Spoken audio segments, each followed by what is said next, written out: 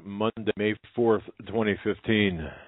This program is coming to you live from the Hagmann and Hagmann studios in northwestern Pennsylvania. I'm Doug Hagmann at the helm with my fellow investigator, researcher, and most importantly, my son Joe Hagmann. Together, we are the Hagmann and Hagmann Report, America's premier father-son investigative and reporting team.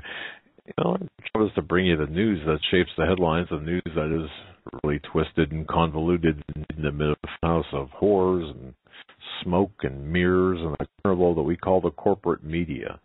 We do the headline and the news triage so you don't have to, and not telling you what to think, but kind of serving as your guide to what's really going on and what's important right now. And there's so much important. First and foremost, I'd like to announce this again. You know, folks, guys, Mother's Day is less than a week away, isn't it? I got to tell you, we have got to really don't take our moms for granted. We have really got to put our moms on the pedestals that they deserve and do something very nice for your mother or for your wife or for that person in your life. I mean, who in your life would win the world's best mom award if there was one? You know what? It's really a great problem to have. When you've got a three-way tie, for example, your mother, your grandmother, your mother-in-law, who knows? But folks, portions of today's broadcast being brought to you by ProFlowers. They're offering our radio listeners 100 blooms with a free glass vase for just $19.99. More on that later, but well, how to get that? You can call 800-PRO-FLOWERS or go to proflowers.com. The important part is to type in the right-hand corner online. You got to open the microphone box, and that little box, you got to type in the word Hagmann, Hagmann, for this marvelous deal. Man, make that very special person happy. And just the smile on their face and the love that just show by sending them flowers, what a great deal. That's proflowers.com, and our code word is Hagmann. So it's fantastic. But we'd like to thank all of the new listeners for checking in from all over the world. Thank you so much for your emails. Thank you so much for your letters. I got so many. I was reading some letters earlier today at the studio here, and I got to tell you, I was laughing. I was almost in tears. It was just the gamut of emotions. It was just fabulous to hear from all sorts of people. Thank you for everything you've sent and everything that you've stated. Now, Joe, welcome to the studio today. You got a little bit of a head cold there, huh? Well, chest cold. Yeah, I do have a fading head cold. I spent our first summer weekend. It was like 80 degrees here both days. And basically, my chest head felt like it was a bubble. But I do want to say, I've been taking vitamins from Ted Berger, healthmasters.com. Yeah. Vitamins C and his B5 and 6 complex and his ultimate vitamin B and a few others. And this is really, it started more along the lines afternoon, Saturday evening.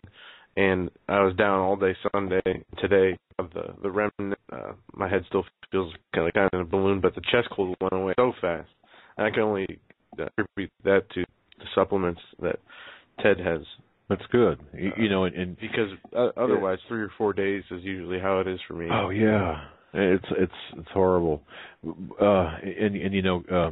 Essential oils too, they help a lot. The aromatic medicinal area, in my view anyway. Obviously we're not making any medical statements, but certainly aromatic essential oils. I know Mom uses them for her sinus condition and arthritis, and we get those from Katie's essential oils. I gotta have very, that's a nice part about being an extended family. I mean, of listeners, we can help each other out if we're feeling physical impairments as well as I mean, the news is so rough these days.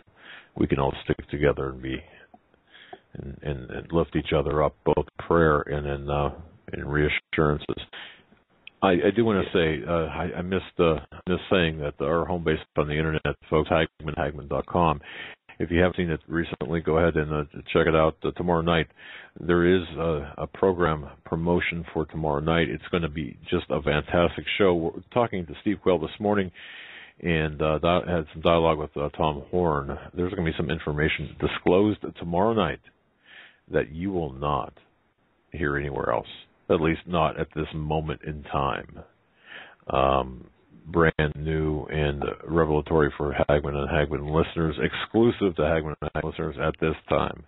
So I just want to say that we're so excited to have Tom Horn and Chris Putnam along with Steve Quayle. I told Steve, I said, this morning, I said, look, you've been working with Tom Horn so closely, and I really think that, I've got a list of questions to ask Tom and to ask Chris, and I know what their project is about on the Path of the Immortals. Watching the trailers and of course getting the inside scoop. But looking at the content, I said, Steve, man, you better be the one to ask the questions, because you can kind of formulate the questions in a manner that people will understand them. Because when I started asking, I might start in the middle as opposed to starting at the beginning and twist things around a little bit. So he agreed to do that. So he's going to come on and head the roundtable tomorrow night, which is good. But I want to make a quick announcement too. Yeah, go ahead. For two things. One, in the interactive chat, some people are saying our audio is choppy. I don't know. All things are go here. We look good on our end. So I hope that goes away to anybody who's experiencing that. And two, Paul was on last Thursday, and he announced the new prayer meeting that he was having. And I believe the prayer meeting was May 7th.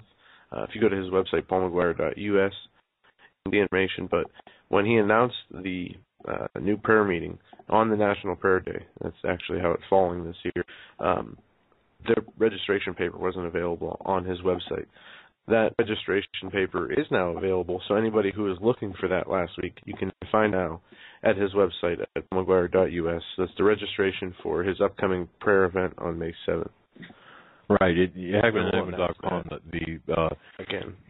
Paul McGuire's the episode summary for Paul McGuire does list the day and time for that prayer event, and you're right, that's May 7th, 7 p.m., and the address is on Hagmann.com with a link to paulmcguire.us.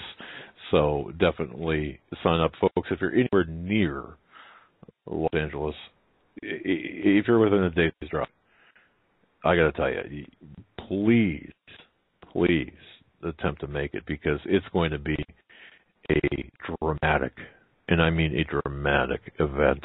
That's without even, if you've never been to one of these, if you're willing, if you allow it, it will change your life. Absolutely change your life.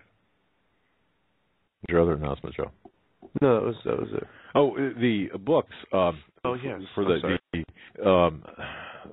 the initiative by. I don't know. Was it the More Month Than Money? Right.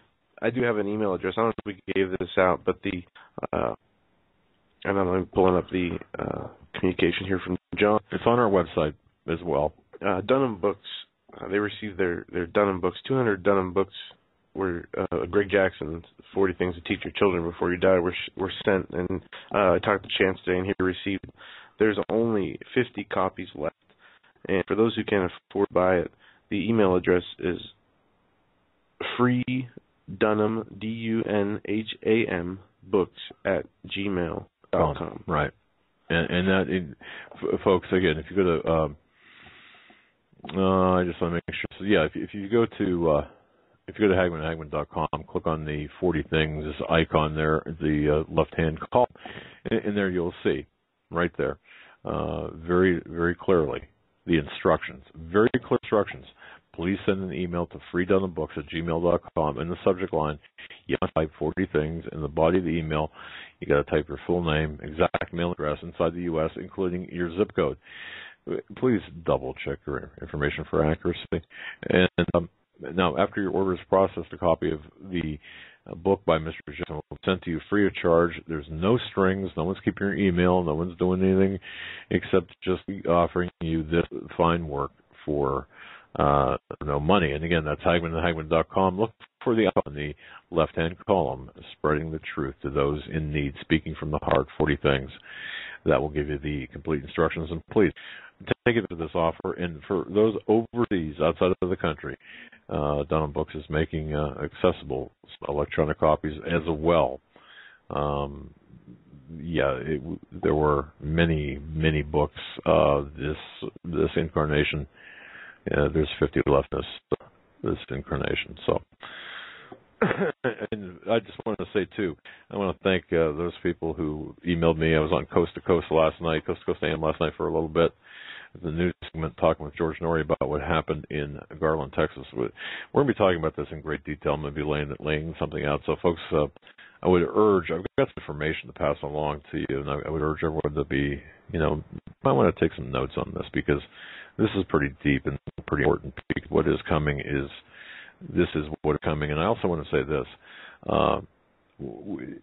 For those regular listeners who know that we've fought, we scratched, blood and sweat and tears, and I mean pretty much all of those, actually, to obtain a different studio, a larger studio, to accommodate future endeavors to remain relevant and to continue broadcasting, create quality videos.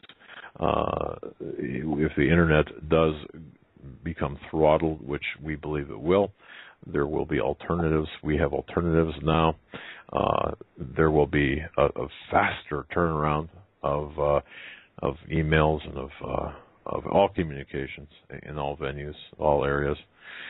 So you're going to see a definite improvement, I believe, next week. Hopefully, well, we're on schedule right now to be our broadcast next week, next Monday, from our new studio location. So having said that, I just want to say thank you for everyone who has really been part of, just for your prayers and all you've done. We just can't thank you enough. That's the announcement there. But before we get into, starting the program off here, I'm sure everyone is aware of what happened in Garland, Texas over the weekend. And this is what I spoke on last night on Coast to Coast for the news segment, and I didn't really get a chance to get too far into it. And I had a little bit of an issue last night with the subject, because it doesn't give you enough time to really get into explaining everything when you're just limiting to a couple of minute segment. But I want to say that America has a huge problem, and it's increasing on a daily basis, hourly basis. Steve and I were talking about it early this morning, and if I sound a little bit off, it's because man, I'll tell you what, we haven't slept. I've not slept, and sleep has been very limited. So between the move and everything else, it's just really kind of tight. But anyway, so forgive me in advance if I make any faux pas on this, but I want to tell you that what happened over the weekend, in case you don't know what happened over the weekend in the city of Garland, Texas, Sunday, at a free speech event. Now, this is hosted by American Freedom Defense Initiative. Now, who's behind that? Well, Pamela Geller and Stephen Emerson. Two folks, you probably know who they are. I won't get into it if you don't know who they are. Pamela, of course, is Atlas Shrugged, Atlas Shrugs, I believe, her website, and Steve Emerson is Jihad Watch. Now, I've talked with Pamela. Well, I think the last time I talked with her was a couple of years ago, and we were talking, and I respect what she does, but it's blaming just. It's a very narrow. She's a gutsy woman, but the conversation is a very narrow conversation. And the same with Steve Emerson. They're right. They're correct in everything that they're saying and doing. However, and they're very gutsy, and I really appreciate that and applaud them 100%. But the conversation stops at being at the Muslim component. It doesn't take into the larger, at least in my view, the larger agenda, what's going on here, and that is the takedown of our country. And how is that taking place? Well, one of the ways that this country will be taken down is through demographics. It's through the illegal immigration. This is taking place right now through the through the unfettered access to our government, or to our country by our government. Now, there's a multifaceted war raging within the United States that's reaching critical mass. In fact, I would argue it's already reached critical mass. Most people, unfortunately, are oblivious to it, while others take comfort in denying its very existence. Still others, mostly politicians and their lackeys, choose to skew it to promote their own globalist agenda. They advance this utopian worldview. Nonetheless, the war that I'm talking about, it exists, and if it hasn't affected you yet, it will, because it's going to affect everyone at some point within our generation. As in any war, there are winners and then there are losers. And unless we do something right now and step things up, we will be the losers. Americans will be the losers. What's at stake here is, this is for all of the marbles, what's taking place right now. What you're seeing on the world stage and domestically here in the United States is for all the marbles.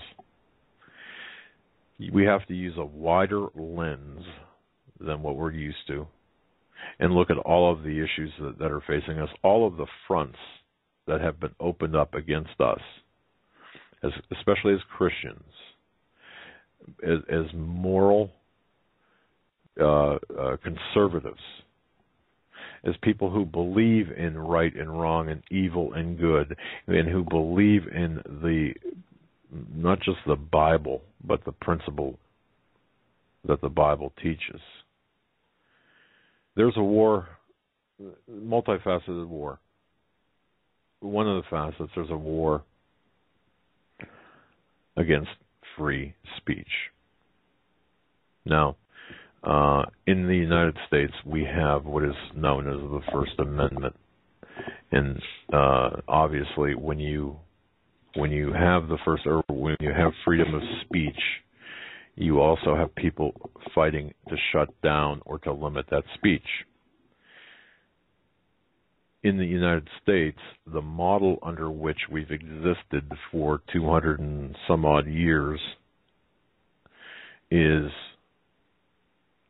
all speech. The freedom of speech, regardless of content, enjoys preeminence over, we'll say, what somebody would consider hate speech. There are people attempting to suppress free speech with violence. We saw that take place over the weekend. And again, in case you didn't hear what happened, I should be very clear about this. The American Freedom Defense Initiative had a freedom of speech event in Garland, Texas. It took place at the Curtis Caldwell. Inflammatory event. Well, that's what they're painting it up, yeah. Inflammatory, provocative, okay. But it was at the Curtis Caldwell Center. As this event was coming to an end, two males drove up to the front of the building in a vehicle. Both males were armed and began shooting at a Garland security officer. Garland police officers engaged the gunmen, who were both shot and killed. All right. Was it one police officer? There was one police officer that was shot in the leg. That was the security guard. The one police officer was the one that returned fire? I'm not, From what I read, that's what I gathered. One policeman who actually killed two of the attackers, both having machine guns or assault rifles. Yeah, well, no, not even assault rifles. They were AK-47s. I don't believe that by definition. Well, he had a handgun. The cop had a handgun. He was outgunned. The point that I was trying to make. Okay. And I mean, just from what I read too, there is also ties. The FBI had known about Texas shooter for years. And it's the same old story. Let go by a judge. Right. But yeah, I mean, there's a lot to the background that's still being uncovered and published. And that background is important, but what we can get lost in a lot of the details here. You want to focus on the on the larger case. I should point out there was and we were in advance of the my appearance on Coast to Coast. I was looking at the social media, the networking there, and I did check out the Arabic language Islamic terrorist websites and forums. There is indeed a tie to ISIS sympathizers here in the United States to the two gunmen. Now, based on our evaluation, when I say our evaluation, I'm talking about a loose network of investigators that I'm in contact with that have a good understanding and have an infiltration into the network of terrorist websites or terrorist sympathetic websites. And a lot of them are based in the United States. And what they're saying was there was a lot of talk before this event. In the weeks or in the days before the event, there was a lot of talk of something that was going to happen. So what the American Freedom of Defense Initiative did was they hired security, and they paid actually $10,000 for extra security. Now, if you take the number of attendees, ticket holders to this event, now think about this, folks, and think hard, because this is an important fact here. If you consider the number of attendees at this event, which was, once more, a free speech event, but internally, or in addition, there was also a contest that was offering a contest for Muhammad drawings, a Muhammad art exhibit and contest is which it was called, which the top prize of $10,000 for depicting Muhammad, caricatures of Muhammad. Well, the AFDI had paid, by their own admission, well over $10,000 for extra security. If you look at, well, if you just do simple math, you're looking at, my goodness, well over $100 and some dollars per person. So think about that. Some reports I've seen $50, $40, $50 per person. Other reports I've seen you're looking at over 100, 150. But let's just say even at $40 per person for security, extra security, that's significant. That's I'll just say that as an aside at the moment.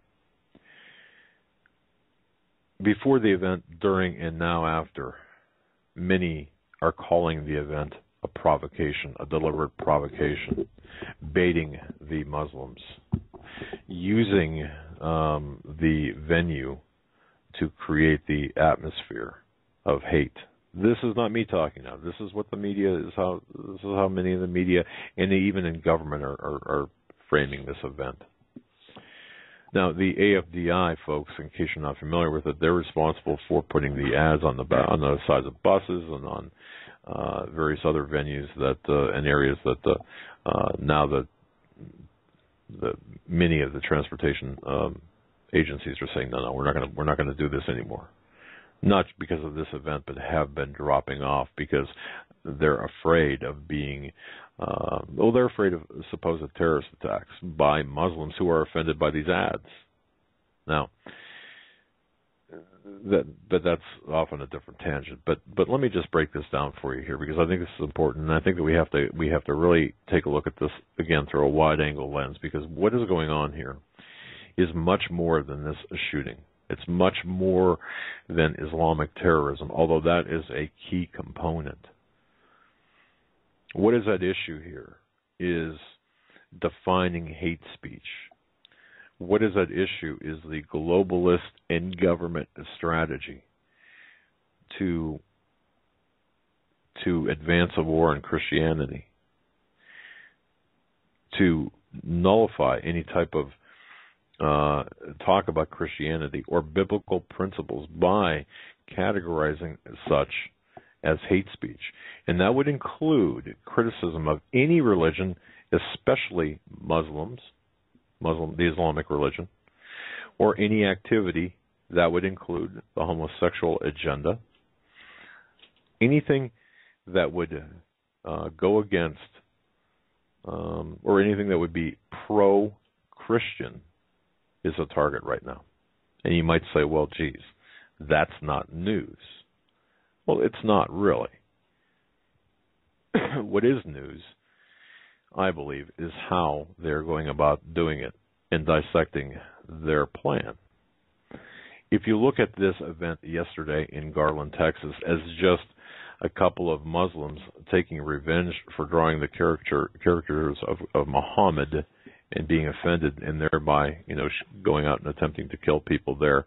If you look at that in an isolated fashion, well, what you have is this indictment of Islam, which is legitimate, but it's not the whole picture. The whole picture is the globalists of using hate speech, not just to allow or not just to cause a condition where they are gaining they're soliciting the public opinion to temper such events to avoid hurting the feelings of Muslims, but of anything that would have to do, of anything potentially uncomfortable. And I'm being kind here.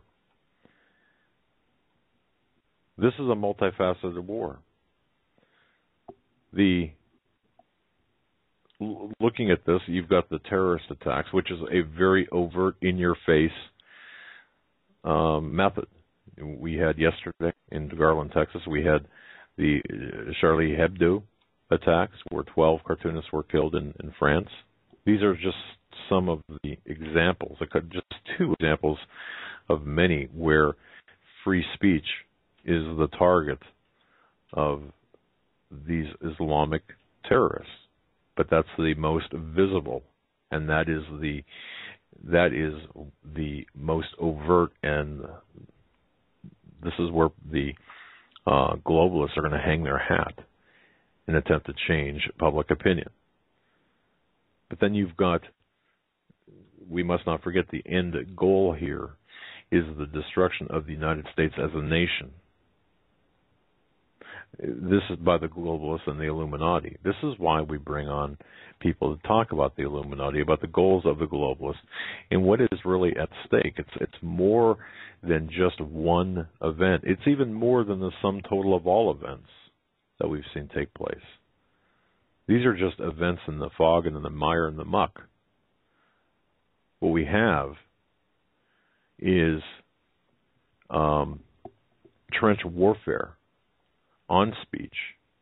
We have trench warfare on immigration. We have this extremely heated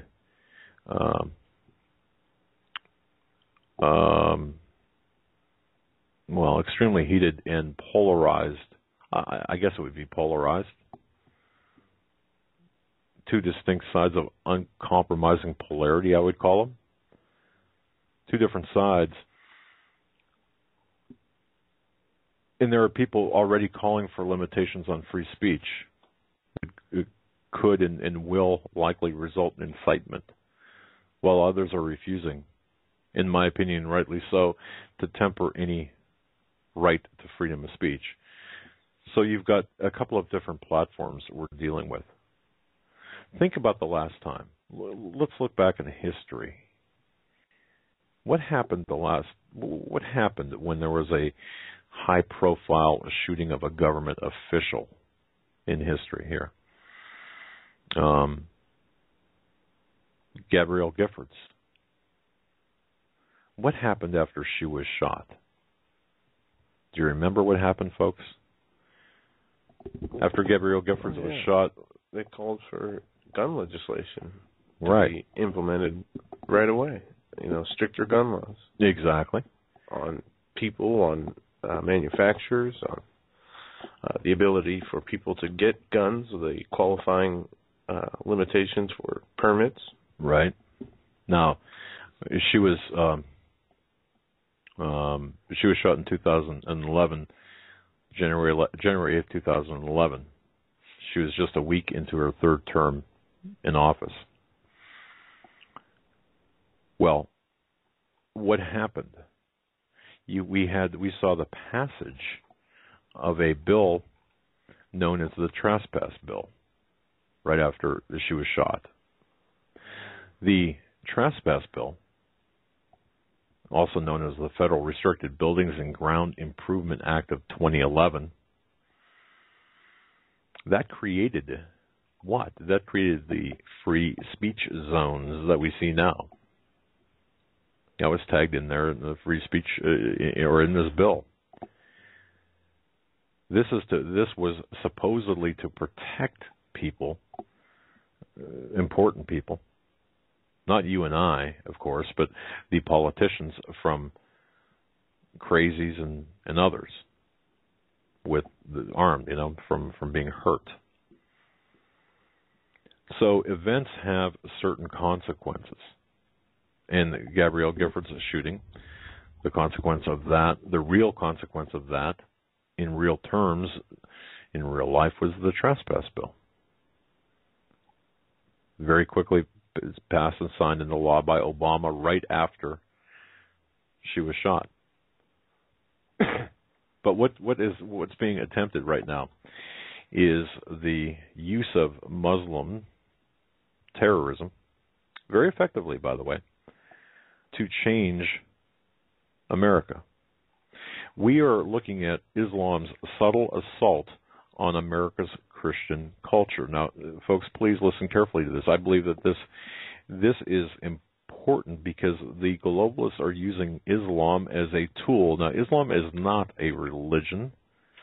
It is a political system disguised as a religion, and we have to understand that. It's actually a political, military, and cultural system that is called a religion. But the Islamization of America is one component. It's just one mere component in the toolbox, in the quiver of the globalists. And it is through this Islamization of America that many other objectives are being accomplished. If our generation of American Christians, Westernized Christians, don't wake up, our children could easily be giving testimonies in mosques rather than churches.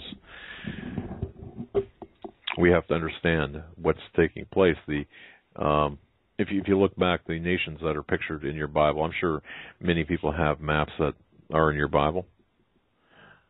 Look at the maps today versus where, or look at the maps today as opposed to where the maps of the Old or the New Testament. Back in the early part of Christianity, we'll say. You'll see that the biblically oriented, gospel proclaiming areas have been replaced by Muslim. But by people, members of the Muslim faith, or Muslim sect, if you will. Look at North Africa, from Egypt westward through Libya, Algeria, and on to Morocco. These were once bastions of Christianity. They all fell under Islam by the 10th century. The present-day descendants of the early Christians, unlike their forefathers, are languishing as Muslims in the grip of the Antichrist spirit of Islam.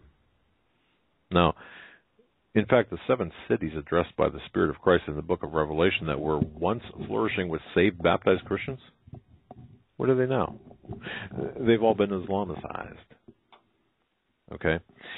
We need, ourselves, to cure our spiritual blindness. People say that the church in America right now, we're in the midst of a revival, perhaps, and some like to say that, and some say that it's possible. I believe it's possible. Sinners are being saved. Believers are being filled with the Holy Spirit, and signs and wonders are being performed in the church. Absolutely. But if you look back in history, were they not more prevalent in the early centuries of Christianity than they are today? I think so. Okay. Now, you'll hear about Islam, and this is where I'm going to get very, very both historical and very specific here. You hear people talking about moderate, different types of Islam, and moderate Muslims. Moderate, what's a moderate Muslim? Could it be mythological? Whenever Islam is mentioned in a negative context, and you can see this on CNN. In fact, if you watch the Geller interview with Alison Camerata today on CNN, you saw this. Whenever Islam is mentioned in a negative context, many will challenge that only a very small minority is dangerous, and radicals are in every faith, every religion. If you look at the facts, they disprove this oversimplified distinction. Islam works, folks, as a double-edged sword. One edge is terrorism. The other is the subtle process that leads to Islamization. We can see what the one sharp edge is, what it did. Examples in Paris. That's the sharp edge of Islam. That you can see. That you don't have to be a rocket scientist to really understand what's going on there. But the more subtle aspect of this is what we have to concern ourselves with. It's real simple. It's a simple process. The terrorists commit acts of violence against us. Exhibit A yesterday, and so on. The moment that authorities begin to investigate Islamic communities for hidden terror cells and supporters, the moderates charge us with religious and race discrimination at the very least. They're using our laws against us. They thwart our investigative efforts to defend ourselves. They open the door for more terrorists to come into this country. And they're being allowed to through unfettered immigration, which I mentioned earlier. Do you realize, folks, that right now Muslims are being brought into this country? You've got so many Muslims brought into this country under the false pretext of political asylum. You've got Muslims coming into this country from Iraq, Syria, Afghanistan, and other Islamic countries. They're being fast-tracked without any background checks for reasons of political asylum and refugee status. That's in addition to the virtual open gates at the southern border. How many are coming in through the southern border that aren't being fast-tracked? Go back to 2000. Look at what happened where 12 of the 19 alleged hijackers of 9/11 were fast-tracked through the visa program by one member of the State Department there. A lot of mystery clouded there as well. A lot of mystery there shrouded, or a lot of things shrouded in secrecy regarding that individual, a graduate of Columbia University, suddenly gets an FSO4 status and shipped off to Jeddah, and suddenly she's out there stamping passports for anyone and everybody without any type of background. It's pretty interesting how that happened. So you can take a look and you can see that through immigration, both legal and illegal, the demographics of the United States are being changed, and they're being changed intentionally. It's not just for votes, although that's an important aspect of things, but it's to balkanize the country, to create, because none of these, very few, I won't use the generalization, very few are assimilating. They're creating pockets of ethnic and cultural islands, if you will, within America. They're balkanizing the United States of America, and this is the quickest way to destroy the country, one of the quickest ways. So it's just not about the votes for the Democratic Party, although that's significant indeed. Don't limit it to that. Now, what about Islam? Few Americans understand, well, you do, folks, but a few others understand, and by the way, we have to teach them this, that Islam inherently demands what is called a sacral government. This is stands for a church-state form of rule, and that focuses on Islam alone. The moderate Muslim does not qualify as a sincere Muslim unless he concurs with the Quran and every Islamic law. The moderate Muslims in the Islamic nations cooperate with the radicals by default. Here in this country, they're more westernized. But at mosques all across the country, the radical imams emphasize the intolerant laws and promote Sharia law in this country, and that's Sharia law cannot coexist with democratic laws. We don't have a tolerance or an intolerance problem in this country. We have a tolerance problem. If you want to take a broader look at Islam and Muslims, you can perhaps classify them as three types of Muslims, or you can say there are three types. There are the terrorists, the moderates, and the westernized. Now, the majority of those inhabiting America are, I would say, are the moderates, especially now, demographically. Perhaps 15 years ago they might have been westernized, but today they're moderates to leaning toward the terrorist or radical version. There's a clash of cultures right now. America is, we're suffering from this prideful naivete. We actually, and I think the majority of Americans actually believe the whole world is obligated to think as we do about the basic issues of life, and that's just that's just not right. There's an assault against, obviously, we saw it yesterday, an assault on peaceful assemblies. The United States, the indigenous people of the United States rarely demonstrate their displeasure over religious issues by rioting. When's the last time you saw that? When's the last time you saw a Christian burn down a mosque over something, or shoot an artist, and I use that term loosely, by placing a crucifix in a jar of urine? Okay, it doesn't happen.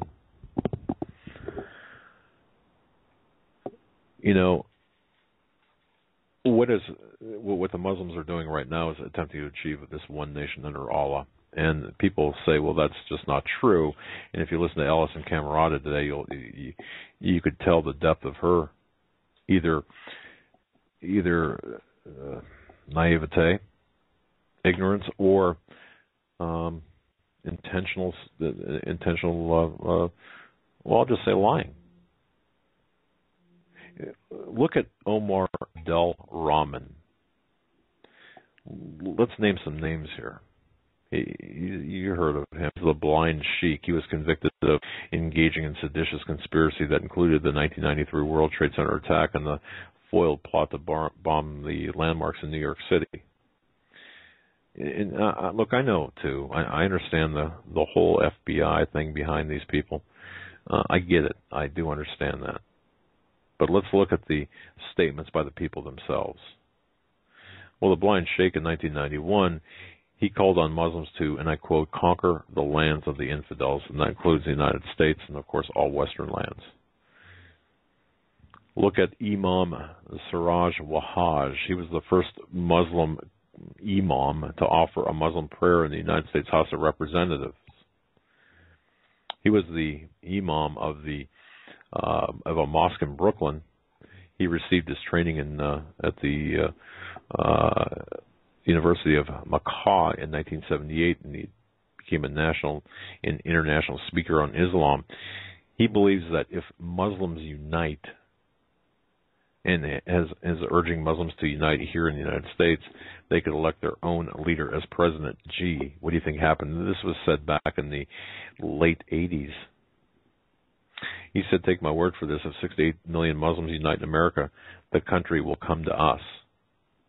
This is a guy that was paraded in front of the House of Representatives, the first Muslim to pray in the U.S. House of Representatives.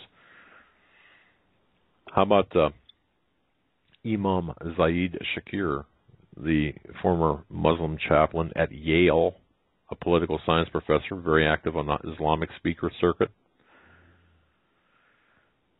He believes that the Quran pushes us in the exact opposite direction to the forces at work in the American political spectrum, and he stated as a result, well, I'm paraphrasing here, he says that Muslims can't accept the legitimacy of the democratic American system. I can go on. Those are just a couple. One of the most alarming facts about Islam, if it's allowed to become powerful enough, people will lose their choice to accept it or reject it, and that means us, the Christians. The only option is to accept it. Beyond that, one, at the very best, could become a second-class citizen if you live to see anything at all. Of course, Surah 9:5 says, "Fight and slay the pagans wherever you find them, seize them, beleaguer them, and lie in wait for them in every stratagem of war." That's Surah 9:5 of the Quran. We can see the history of terrorism, and I won't go through them all. But from 9/11 forward, look at southern Sudan. By the way, many Muslims are coming from Sudan and Somalia. Muslims destroyed whole villages. They've killed around 2 million Christians. 2 million. Think about that. Leaders have been crucified in front of their people. Boys and girls have been kidnapped and sold into slavery. Remember Idi Amin, Uganda? He slaughtered 300,000 Ugandans, or Ugandans, if you will. All of them, or most of them, Christian. In the lands where Christianity was born, Jordan, the West Bank, Syria, Turkey, Christianity is just gone, vanishing. I shouldn't say gone, it's vanishing. In 1974, the army of the Muslim Turkey invaded the northern part of Cyprus, pushing out of that land 250,000 Christian men, women, and children in Cyprus towards the south. And I'll just say this too. I mean, I've got plenty of examples. In the beginning of the 20th century, Muslim Turks massacred more than 1.5 million American Christians for being Christian, period. You're looking at really a 7th century way of life. And this is being exploited by the globalists here in America. This is what it's all about. Islam is, again, it's more than a religion. It's a comprehensive way of life. And if you really want to understand Islam, you've got to look at not just the Quran, which is believed by Muslims to be God's word. You got to look at the Hadith, which is a collection of Muhammad's sayings. These books prescribe a vast number of regulations that govern every aspect of Muslim life. And Islam is both a religion and a state. That concept is an integral part of that religion, of their religion. And the globalists are using that concept, or to negate, is more appropriate, to negate the democratic or constitutional, or the principles of a constitutional republic here in this country. They are using our laws against us to change our laws. And if we look at the United States being built on a constitution, the first 10 of its amendments, known as the Bill of Rights, of course, established by the Founding Fathers. And don't forget, they came to America to escape what? Religious oppression, among other things, but that was a big one. Well, what would happen to our freedoms in an Islamic State? I think everyone knows the answer to that.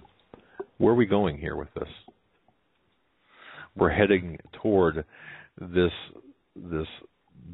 destruction of our freedoms in the name of equality. And are we not seeing this on a number of fronts, just not Islam, but also through the homosexual agenda?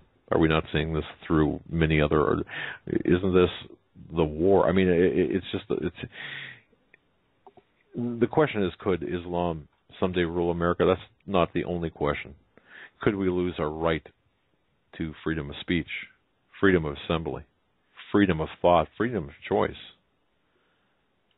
having Islam as a fuse, or at least one arrow in the quiver of the globalists? And I think that's exactly what we're seeing. So when we look at what happened on Sunday, here in America. We're looking at one battlefield on a huge front, or one battle in a multifaceted war. It doesn't matter however you want to say that, but Islam is, in the end of days, in which many believe we're in, Islam is going to play a very important role. And one of the most important roles is to dilute our society, destroy our Judeo-Christian fabric, to create polar opposition in this trench warfare in which we're engaged. And if you look at it even broader than that, and I think people can see the weapons that are inherent within Islam that no other religion, and again I use that word with an asterisk at the end, has. I mean, you've got multiple weapons of Islam, one being terrorist attacks or jihad. You've got another weapon, race. And I know that there are Caucasian Muslims, converts, usually. But you look at the majority, they're Arab, they're black. They're using that race. When I say they, I'm talking about the globalists. Are using race and ethnicity to divide our country. They're also using, and this is inherent and even potentially exclusive to Islam, money. Money in the form of oil, black gold, that being in Saudi Arabia, the Gulf states. You're looking at multiple aspects. Look at how oil money is used for the influence of Islam. Look at the money that's being used by the oil revenues. What's happening to that money?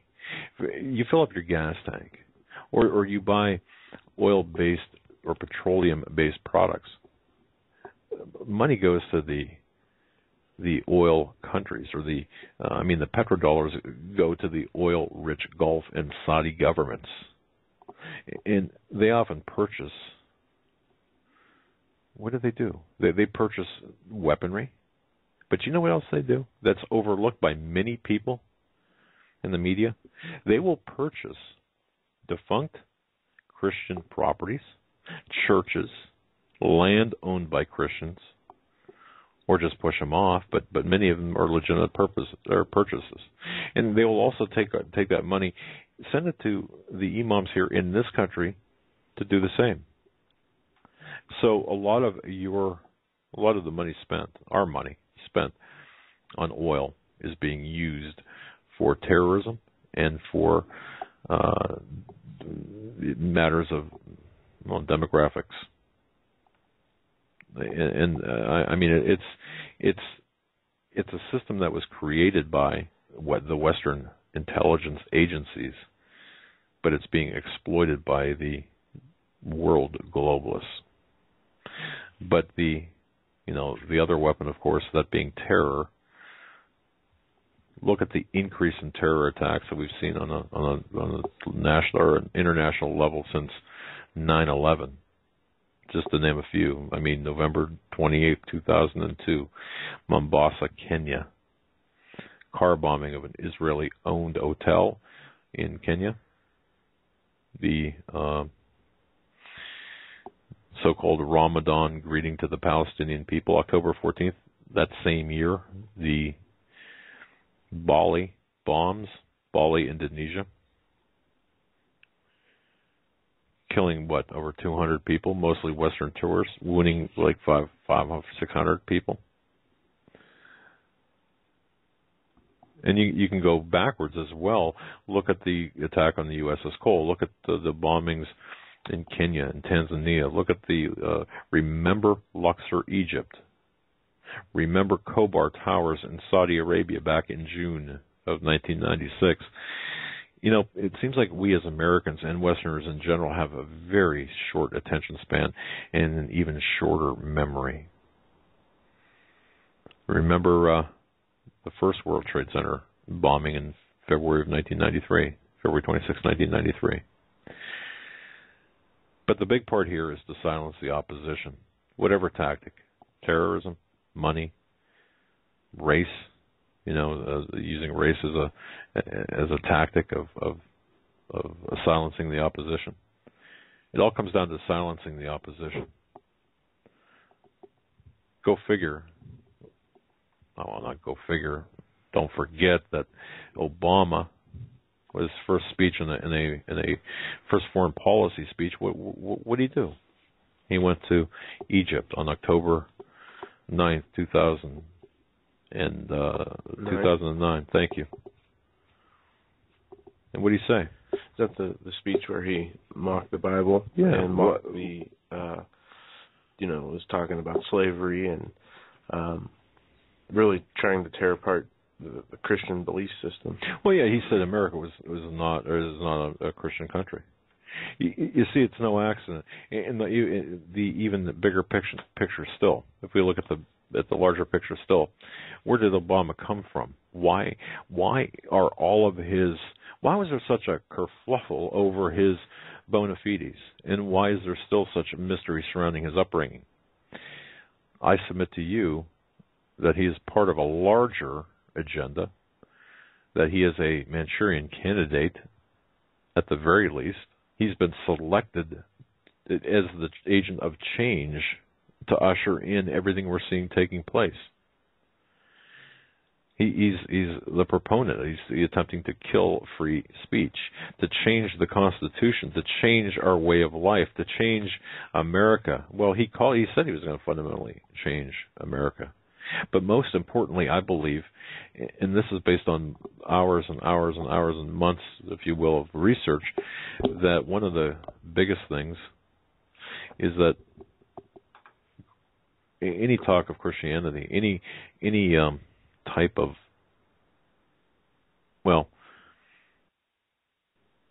any talk about Christianity, the Bible, sinfulness, behavior, it's going to be classified as hate speech. So, how many people remember what Rosie O'Donnell said during the September 12, 2006 broadcast of ABC's The View? People might say, well, who is Rosie O'Donnell anyway? Who cares? But this is, unfortunately, this is representative of the American mindset of many Americans. She said, radical Christianity is just as threatening as radical Islam in a country like America where we have separation of church and state. Man, there's so much wrong with that sentence, I don't even know where to start. We don't have separation of church and state. Radical Christianity is not just as threatening as radical Islam. And that's just for starters. So, what I would urge everyone to do, we heard what happened in Texas. We see what we're seeing right now is an effort by the Marxist Democrats, by the people on the left, these so-called progressives. They're not. More appropriately, they're Marxist, communists. They're using Islam as a tool. But what they're doing is they're changing the conversation. We cannot allow ourselves to fall into that trap. We cannot allow the conversation to be changed from the issue at hand. If you're going to talk about the attacks in Texas, it's not about this alleged provocation and baiting, as many will have you believe. It's not about the fact that we need to temper our freedom of speech with something more tolerant, although that's where they want to take the conversation. It's not about that at all.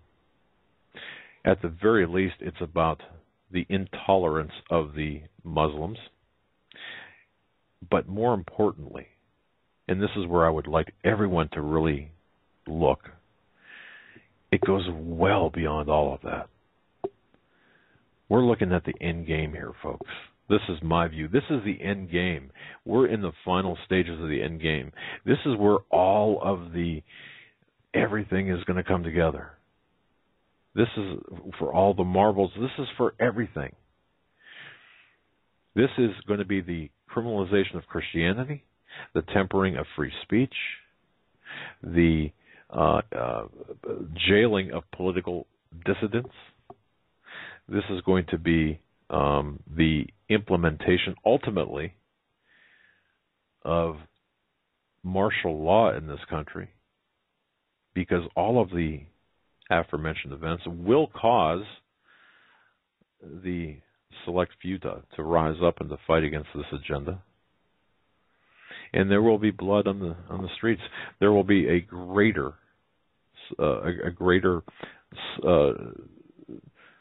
split than there was during the first American Civil War.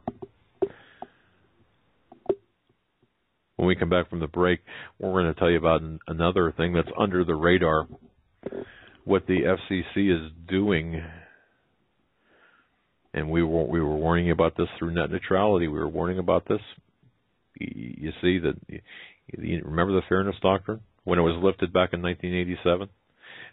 Back then, there was only 75 talk shows in the entire country. Think about that. In 1987, there were 75 talk shows in the country. Wow. And they had to abide by the fairness doctrine. I'll tell you what's going to happen next. Stay with 4th, 2015. Just a quick correction on that last Pro Flowers advertisement. The sale will be ending on midnight Friday. What did I say? Not today. Not tonight at midnight. Friday. See, at midnight. I got so excited there, I just forgot what day it was. Yeah, this Friday at midnight. Thanks for that, Joe. Thanks for catching that. Good catch. All right. Yeah, as you said at the bottom of the last hour, we were going to get into the FCC. There's a headline today: FCC Commissioner, Feds may come for Drudge. Ajit Pai. The Drudge Report. Federal Communications Commissioner member Ajit Pai said over the weekend that he foresees a future in which federal regulators will seek to regulate websites based on political content using the power of the FCC or Federal Elections Commissions, the FEC. He also revealed that his opposition to net neutrality regulations has resulted in personal harassment and threats to his family. Oh, the Chicago way. Speaking on a panel at the annual Right Online conference in Washington, D.C. on Saturday, Pai told audience members, "I can tell you it has not been an easy couple of months for me personally. My address has been publicly released, my wife's name, kids' names and birthdays, my phone number, and all kinds of threats have come in online." See, and this is a guy, and Joe, this is a guy that's got protection. I mean, he's high up there in the chain in this cabinet-level position as the chairman of the FCC, or a member of the FCC, not chairman. So he's got some level of protection. They throw his name out there, and he's getting threats. What do you think we get? Anyway. Well, they go on to say here, Pai, one of two Republicans on a 5-member FCC, has been outspoken critic of net neutrality regulations passed by the agency on February 26th. The rules, which are set to take effect on the 12th of June, reclassify Internet providers as utilities and command them not to block or throttle online traffic. However, Pai said it was only the beginning. In the future, he said, I could easily see this migrating over the direction of content. What you are seeing now is an impulse not just to regulate the roads over which traffic goes, but the traffic itself. What a great analogy. Joe, that's exactly what they're going to do. Yeah, in his next statement here, continuing, he says, it's conceivable to see the government saying, we think Drudge Report is having a disproportionate effect on our political discourse. He doesn't have to file anything with the FEC. The FCC doesn't have the ability to regulate anything, he says. He wants to start tampering down on websites like that. In February, Pai co-authored an editorial with former FEC chairman Lee Goldman that warned of efforts by those agencies to regulate content online. Remember the 322-page report? 322? Gee. Interesting number. Go ahead. Is it unthinkable that some government agency would say the marketplace of ideas is too fraught with dissidents, that everybody from Drudge Report to Fox News is playing unfairly in the online political speech sandbox? I don't think so, Pai said. The First Amendment means not just the cold parchment that's in the Constitution. It's an ongoing cultural commitment. And I sense that among a substantial number of Americans and a disturbing number of regulators here in Washington, that online speech is considered a dangerous, brave new world that needs to be regulated, he concluded. And it goes on to subheadline, billions and billions to subsidize internet service. Yep. Pi talked about the FCC's finances,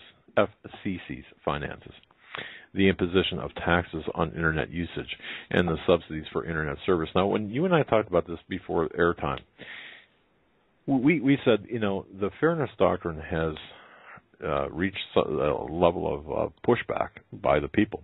Okay, so what they're doing here is repackaging the fairness doctrine through this particular FCC initiative and classifying it as a utility, taxing the hell out of this. Or the hell into this, maybe, is the better word to use or better phrase to use.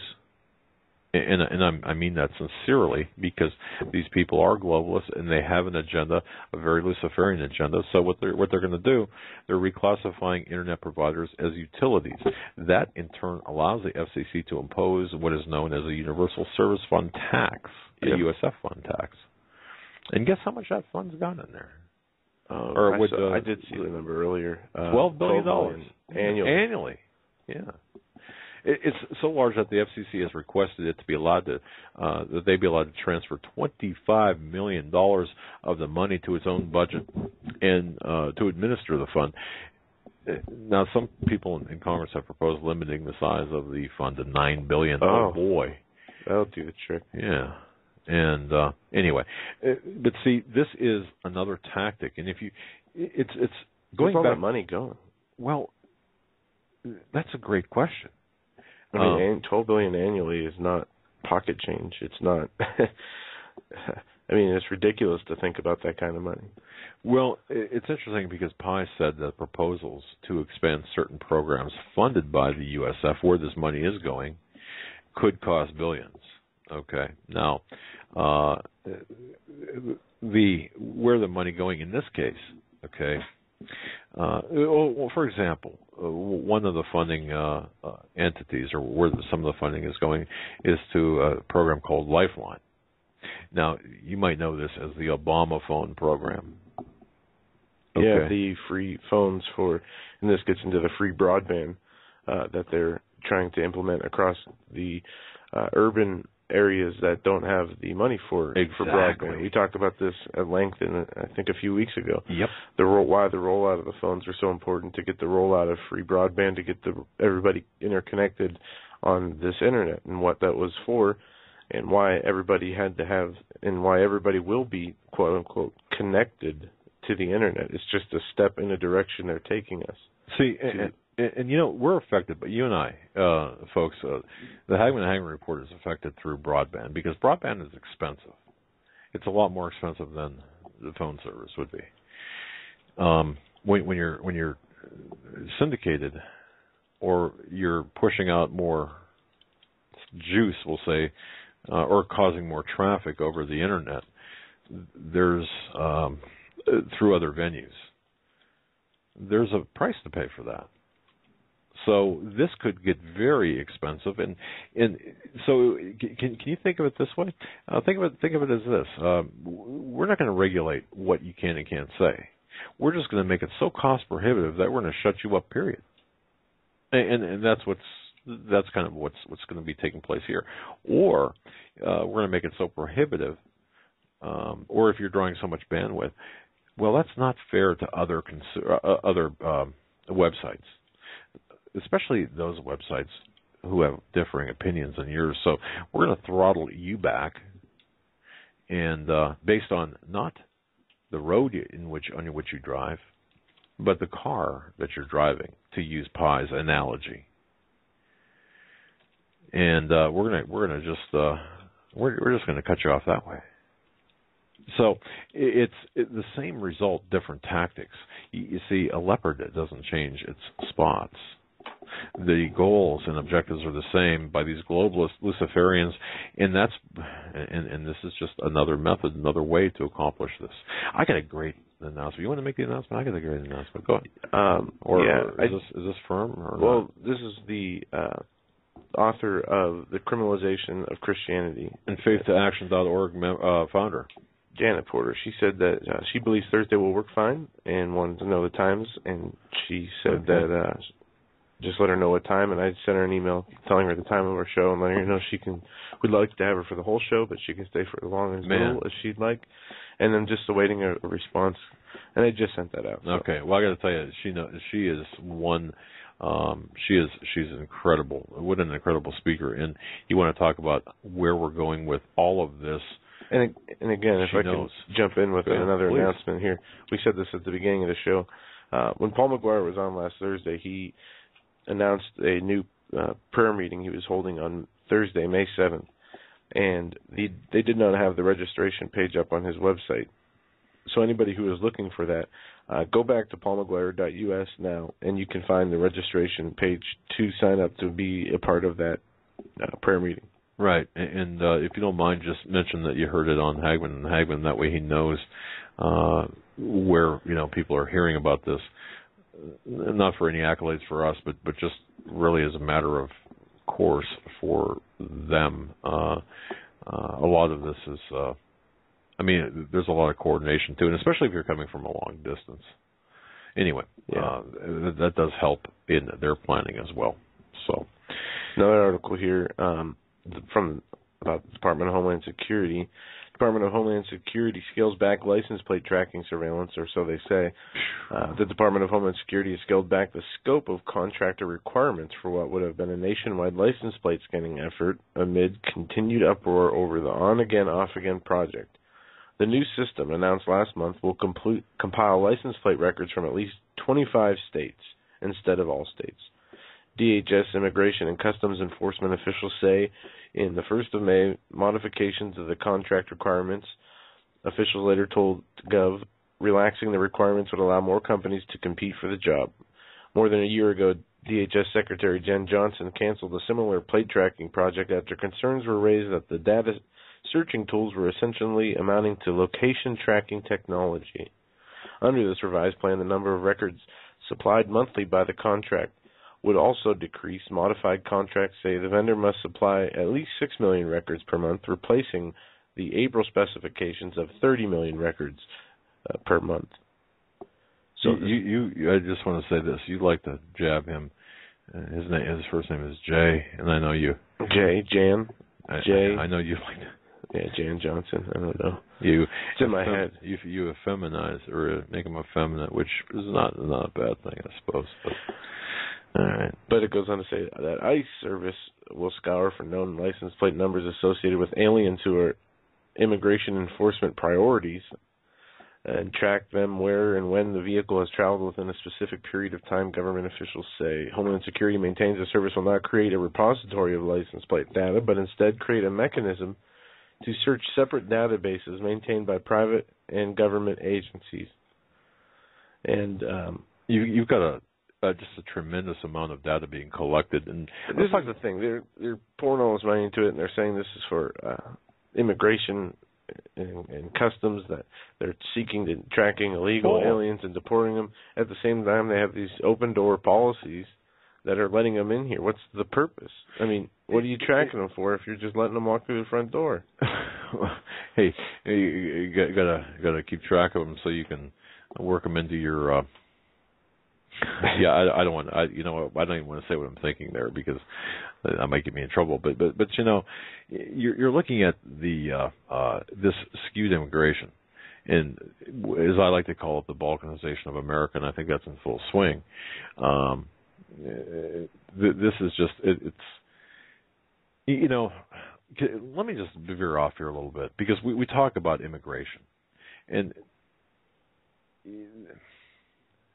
if you go back 100 years, and I like, because I'm a student of history, and I think we can find a lot of answers in history, and history is not being taught.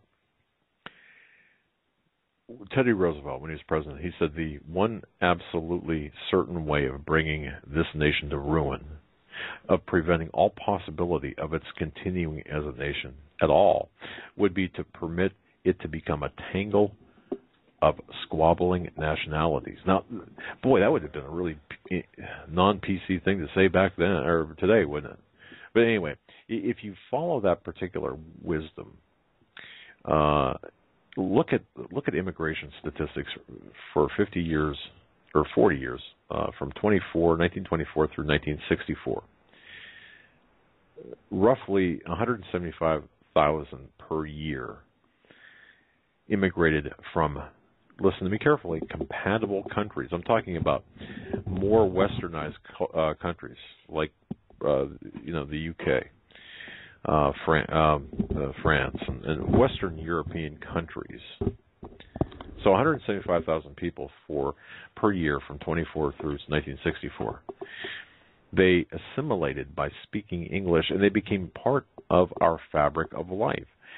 They met the criteria for religion, cultural, and other similarities with that fit really nicely in America.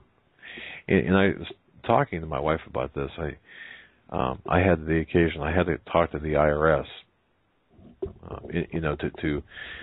We had a very arduous process to obtain the studio. It seemed that way anyway, and at the very last moment things came through. But when I called the IRS, I was talking with a person who could barely speak English. And now you might think, well, that's a racist thing to say, or that doesn't make any difference. But it does when you're talking, when you're saying 9, and they don't understand, like the number 9, and they don't understand what they don't understand what the number is, or they cannot say it. Their accent is so heavy, or their ability to talk the English language is so skewed that there could be errors made, and errors made very quickly. But anyway, in 1965, so 175,000 per year between 1924 and 1964 from Western European countries primarily, the people that were compatible with our way of life. Now go to 1965. Edward Kennedy. In my view, he committed the greatest act of terrorism, or a greatest act to tear our country down, through this stealth introduction and passage of the Immigration Reform Act. Now think about this. The Immigration Reform Act back in 1965.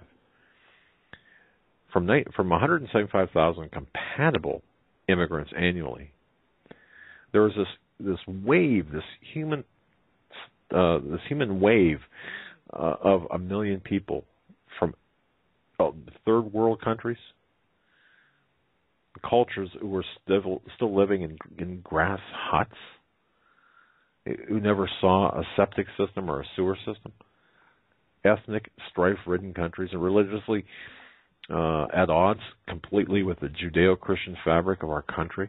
It went from 175,000 compatible immigrants to over 1 million per year from countries that were completely incompatible with our way of life. That's when the balkanization of this country began. So just think about that, okay? Think about that.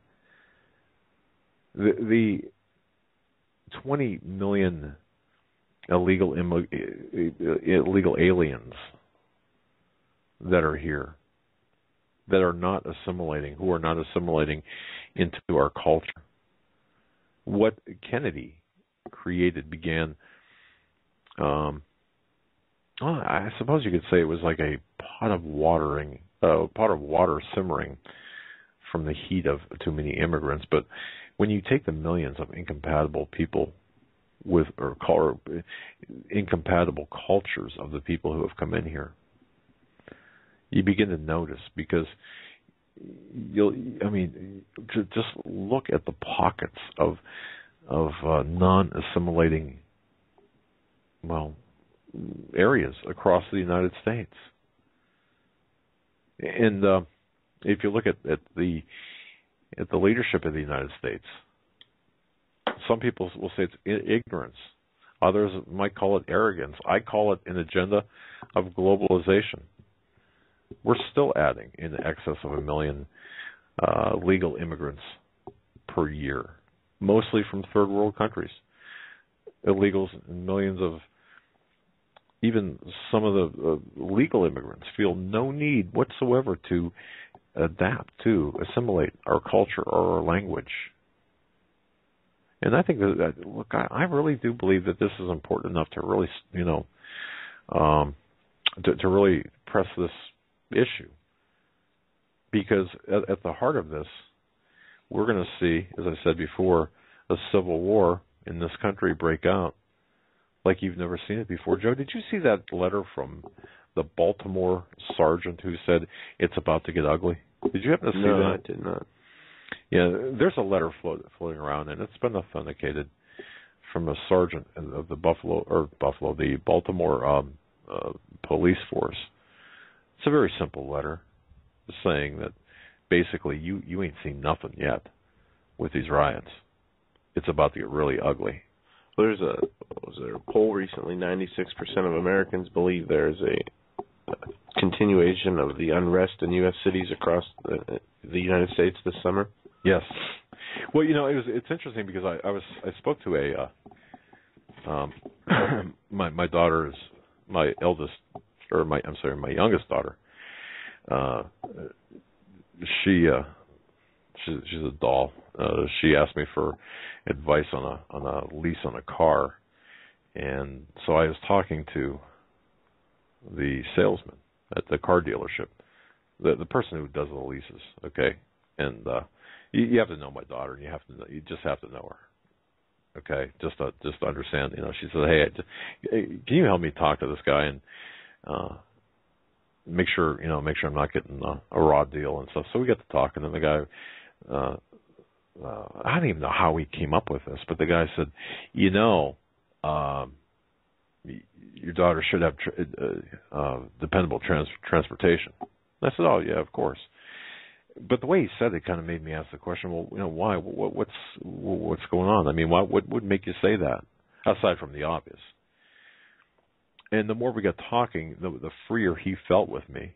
And he said, "Well, look, I don't want to say much, but I really believe that, boy, things are going to get really bad this summer." And I said, what are you talking about? He said, "Well, I mean, look what's going on in Baltimore. It's coming here. It's coming to this part of the country. It's going to go all over the country. And, you don't want to be stuck somewhere without the ability to get from point A to home or to be able to move, out of the way." And I thought that was really interesting from this guy who didn't even know me, but even the people in Main Street, USA, are starting to talk about this. I just found it interesting. So more and more people, I think, are starting to wake up. I don't know, Joe. I mean, that's a pretty interesting statistic, 96%. I don't know. It could just be based on what we've seen from Ferguson to Baltimore in this year alone, and the detentions that they're just expecting it, and the uprise of police violence that we've seen in some of these cases, and the twisting and spin of some of the legitimate cases that we've seen to make look like it's been, abuse of police violence or powers. Well, what do you what I'm interested in people, in listeners, what listeners think about. We see the militarization of police, and this is in reading and researching the forums. Oh, one thing I forgot to say. Let me just back up here, and I know people just hate this. I get emails saying, "Doug, you just gotta. Would you just at least finish one cohesive thought before you start another?" Anyway, one thing I did forget to mention earlier when I was preparing for Coast to Coast last night.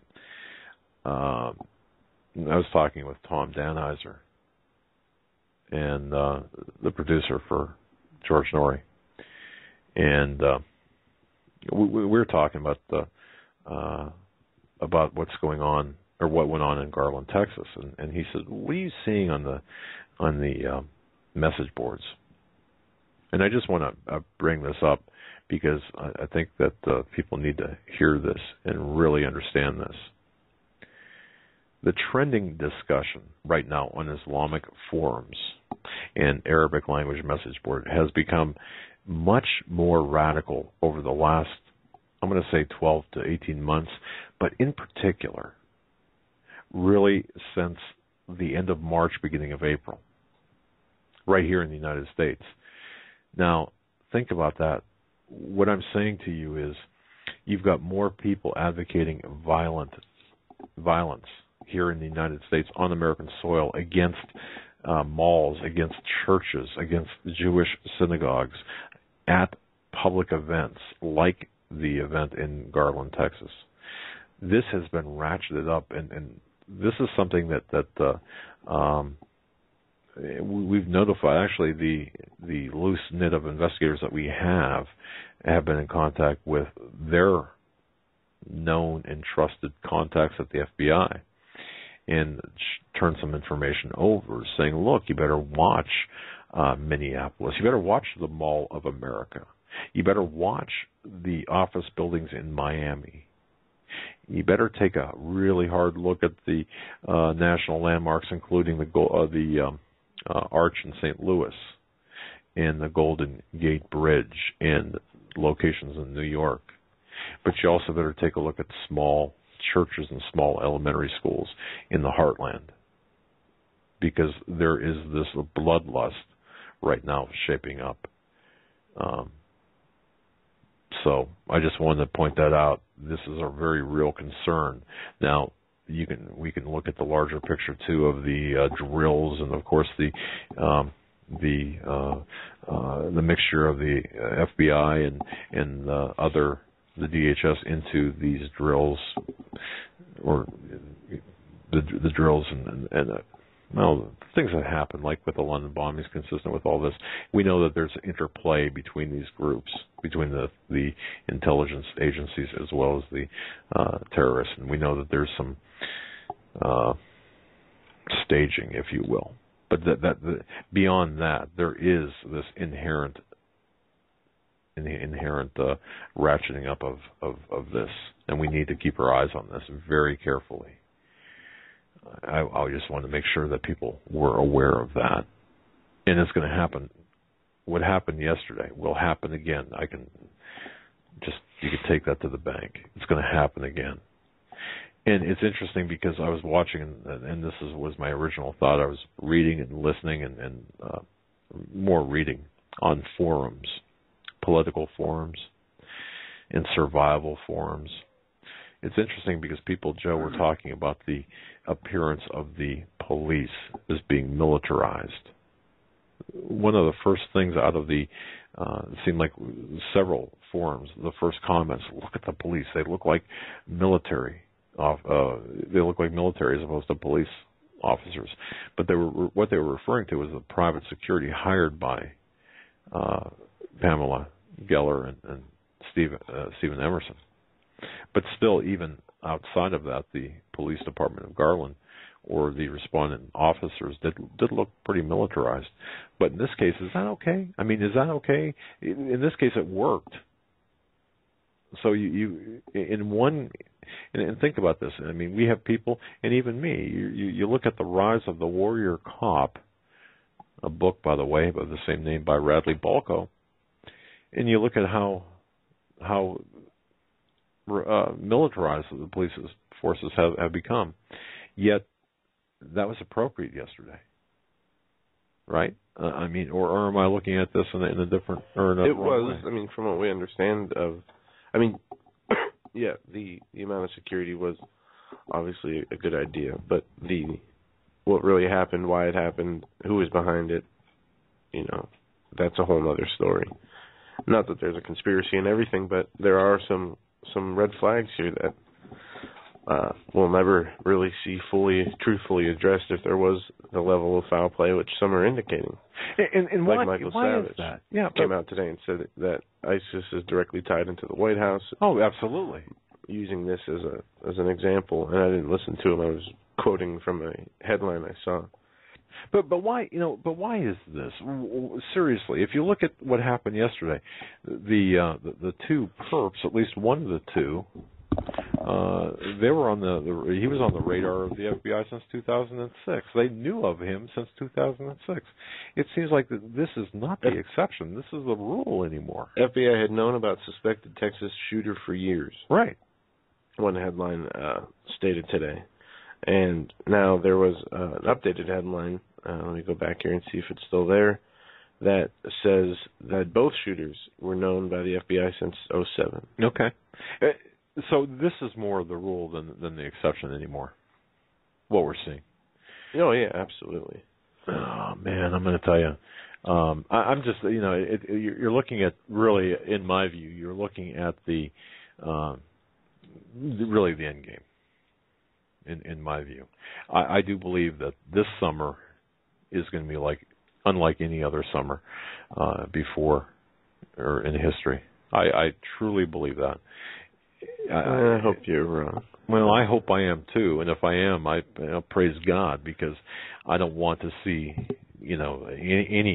any battles take place at all. Well, here's a story we talked about last week that is continuing into this week. The war on cash, why the powers that be are pushing a cashless society. We can't rein in banks if we can't pull our money out of them. Martin Armstrong summarizes the headway being made to ban cash and argues the goal of those pushing cashless societies are to prevent bank runs and increase their control.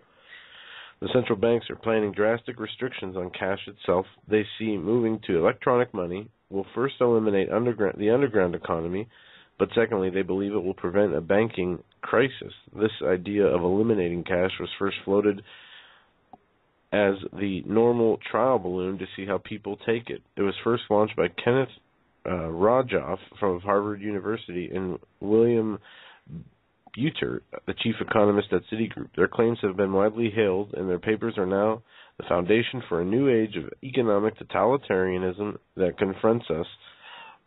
Rogoff and Buter have laid the groundwork for the end of much of our freedom and will one day be considered the new Marx hindsight.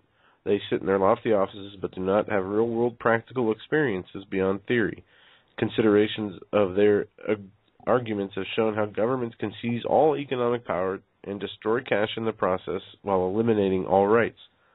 Physical paper money provides the check against negative interest rates, for if they become too great, people will simply withdraw their funds and hoard cash. Furthermore, paper currencies allow bank runs. Eliminate paper currency, and what you end up with is the elimination of the ability to demand to withdraw funds from a bank.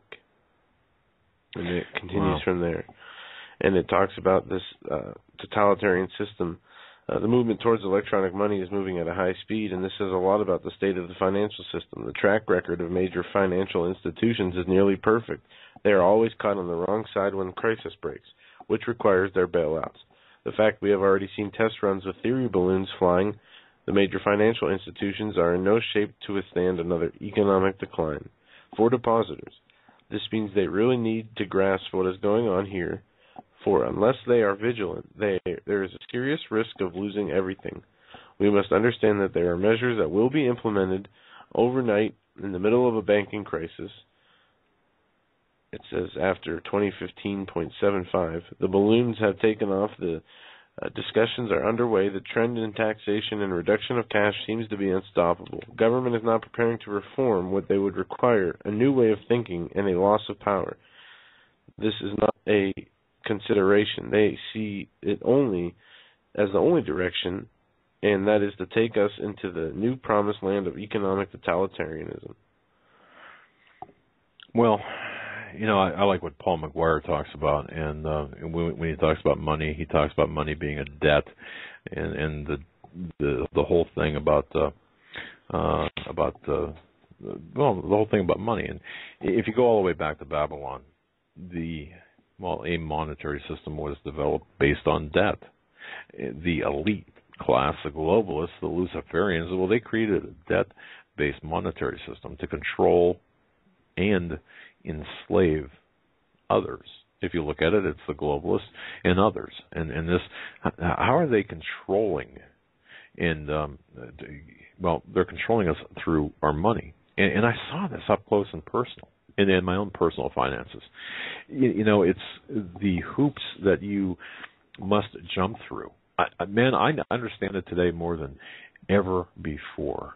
And it really, I have a very unsettled feeling in my heart.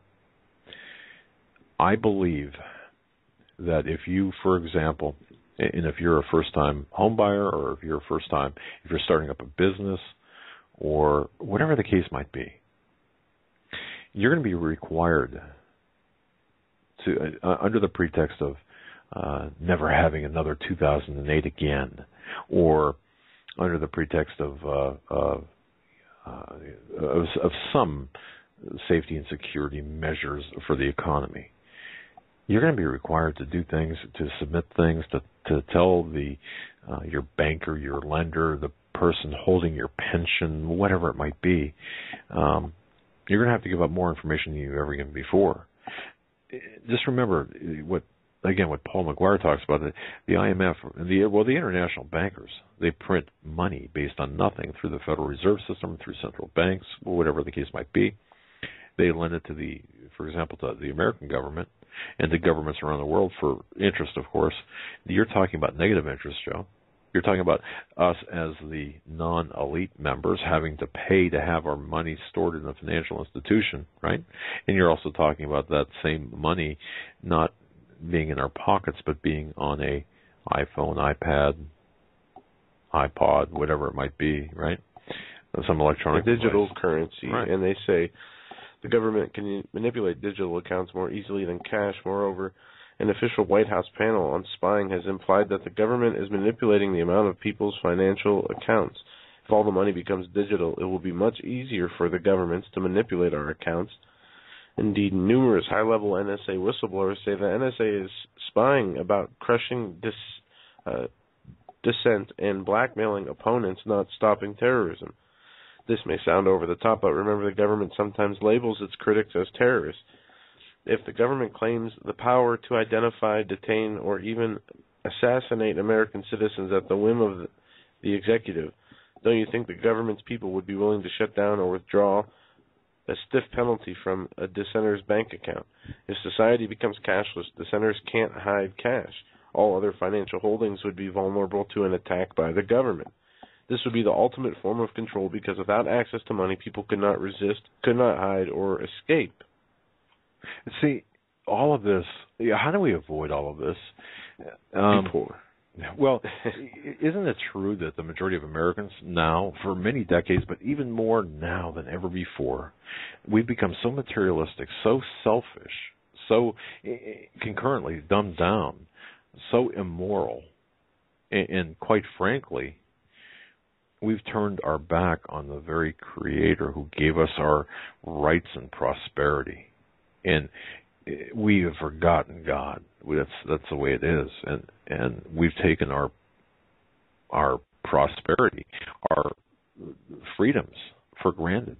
And for doing so, we're in danger of losing them. It's interesting to note that the acceleration of America's decline began, if you go back in time, and Paul McGuire talks about this, it began when we took God out of schools. This is when it started, when prayer was taken out of schools, when the Ten Commandments were ripped off the walls of government buildings and in schools, when immorality and the sexual revolutions were openly promoted, when churches began to stop teaching from the Bible and replace the Scripture with humanistic motivational messages. If you go back to the early 60s, I mean, that's when it all began. And, and so from this, where are we today? We're more than a generation past that. Now we're going to be paying the price.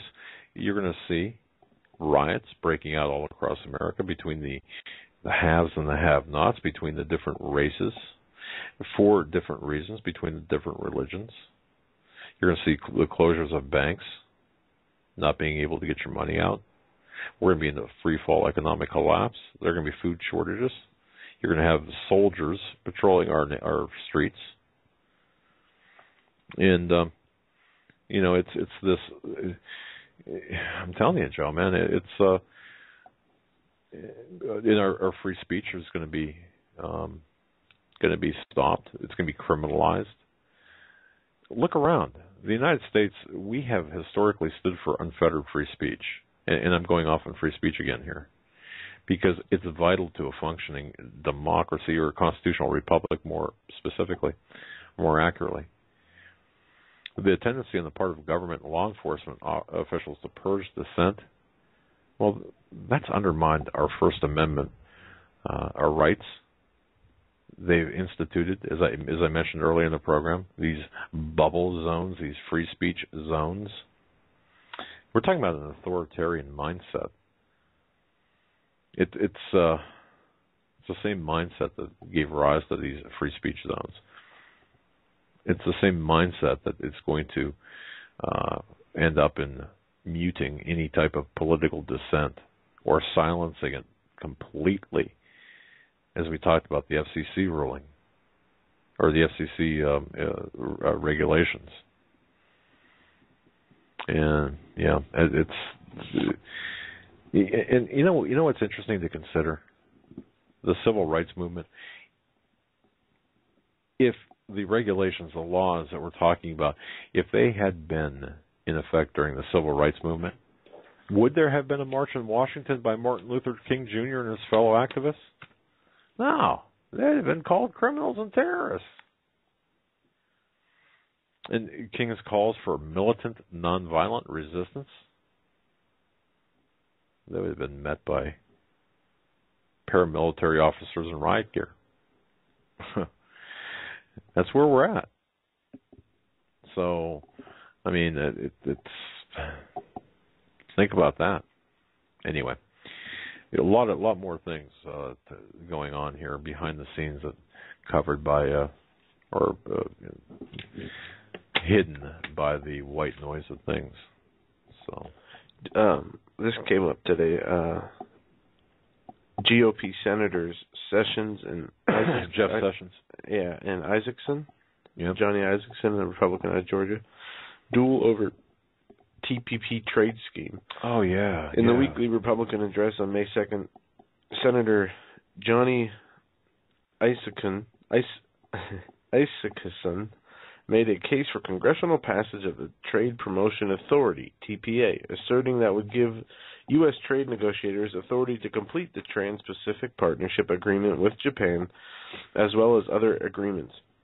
2 days later, Senator Jeff Sessions, a Republican from Alabama, posted a critical alert on the Senate webpage articulating his top 5 concerns with the Trade Promotion Authority, which he said must be fully understood and addressed before the TPA legislation can be passed. The legislation, the Bipartisan Congressional Trade Priorities and Accountability Act of 2015, was introduced to the Senate as S.995 by Orrin Hatch of Utah on April 16th. The House version, H.R. 1890, was introduced by Representative Paul Ryan on April 17th. In his address, Isaacson said, "Trade promotion authority is good for America, it's good for our country, it's good for our economy, and it's good for our middle-class American families who will reap the benefits of more jobs." That sounds eerily familiar to what Newt Gingrich said before the NAFTA agreements. At the same time, John Boehner tells Clinton not to let Obama swing in the wind over Asia-Pacific trade deal. Bonnier said Sunday that Hillary Clinton, the contender, presidential frontrunner, supposedly for 2016, needs to support the trade legislation that Obama wants to help get through, or help get enough Democratic votes to get through passing. And Bonnier said in this interview with Meet the Press on Sunday that the GOP indeed controls the House and Senate, but that he and Obama needs Hillary's help to give Obama negotiating authority to complete an Asia-Pacific trade deal. Folks, this is pure and simple. The globalist, when we talk about the New World Order, we talk about globalists. This is the economic side of this. Well, here's 5 warnings that Senator Sessions cited on his website. Go ahead. 1, consolidation of power in the executive branch. This warning addressed fast-track authority that noted TPA eliminates Congress's ability to amend or debate trade implementing legislation that guarantees an up or down vote for the far-reaching international agreement before that agreement has received any public review. Furthermore, this implies that not only the TPP, but all international trade agreements during the life of the TPA. 2. It increases trade deficits. Cities estimating from Barclays session warns, history suggests trade deals set into motion under the 6-year life of TPA could exacerbate our trade imbalance, acting as an impediment to both GDP and wage growth.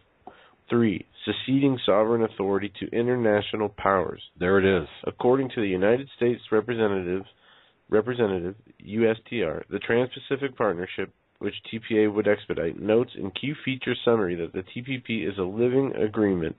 Sessions explains that the living agreement provides means that participating nations could both add countries to the TPP without congressional approval, like China.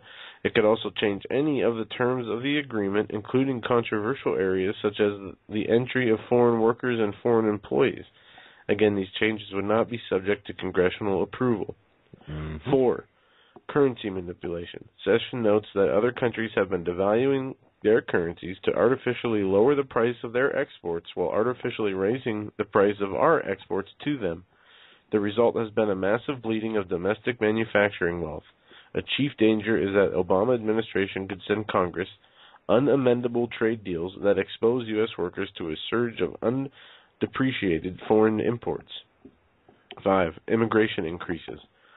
This is a topic that Sessions frequently addresses in his message to Congress and the media. He stated there are numerous ways TPA could facilitate immigration increases above the current law, and previous few ways anyone in Congress could stop it from happening.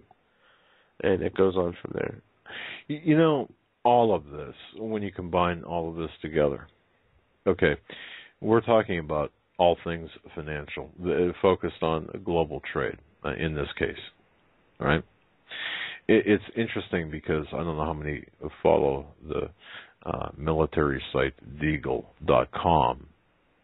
They're predicting an economic collapse and massive 78% USD population.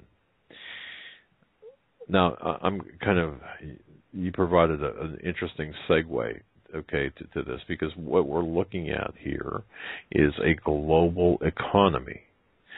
But before we see a global economy, you have to see, I believe, you've got this, it's not going to be ushered in without any type of burps and hiccups. There's going to have to be some sort of economic collapse in America for us to go along, or for the people to acquiesce to this global economy.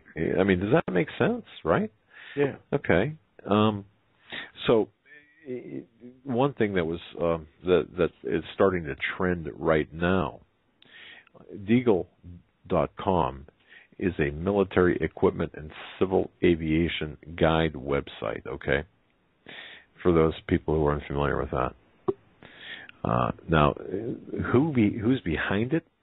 That military equipment and civil aviation guide website, who's behind it, Deagle.com, is somewhat murky, but it does appear to be a legitimate, or it seems legitimate as a catalog of military equipment, but very surprising and very sobering forecast, where they're saying that there's going to be a collapse of the Western financial system, which will wipe out the standard of living of its population while ending Ponzi schemes such as the stock market and pension funds.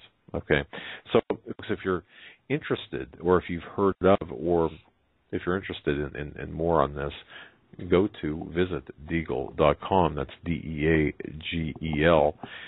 I'm not going to comment on the veracity of all of this, but it certainly does fit in with what we've been hearing. And the second thing, to again, kind of a segue from what you were talking about, Joe, is on Silver Doctors, SRS Rocco. We're on silver fumes come September. It's going to get ugly. Now, how many times have you heard that phrase, it's going to get ugly? Twice today, at least. Twice today. But you know what?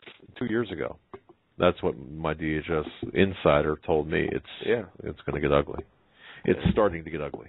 I remember that vividly. Okay, so or it's about to get ugly. And matter of fact, I think Glenn Beck had that was one of his.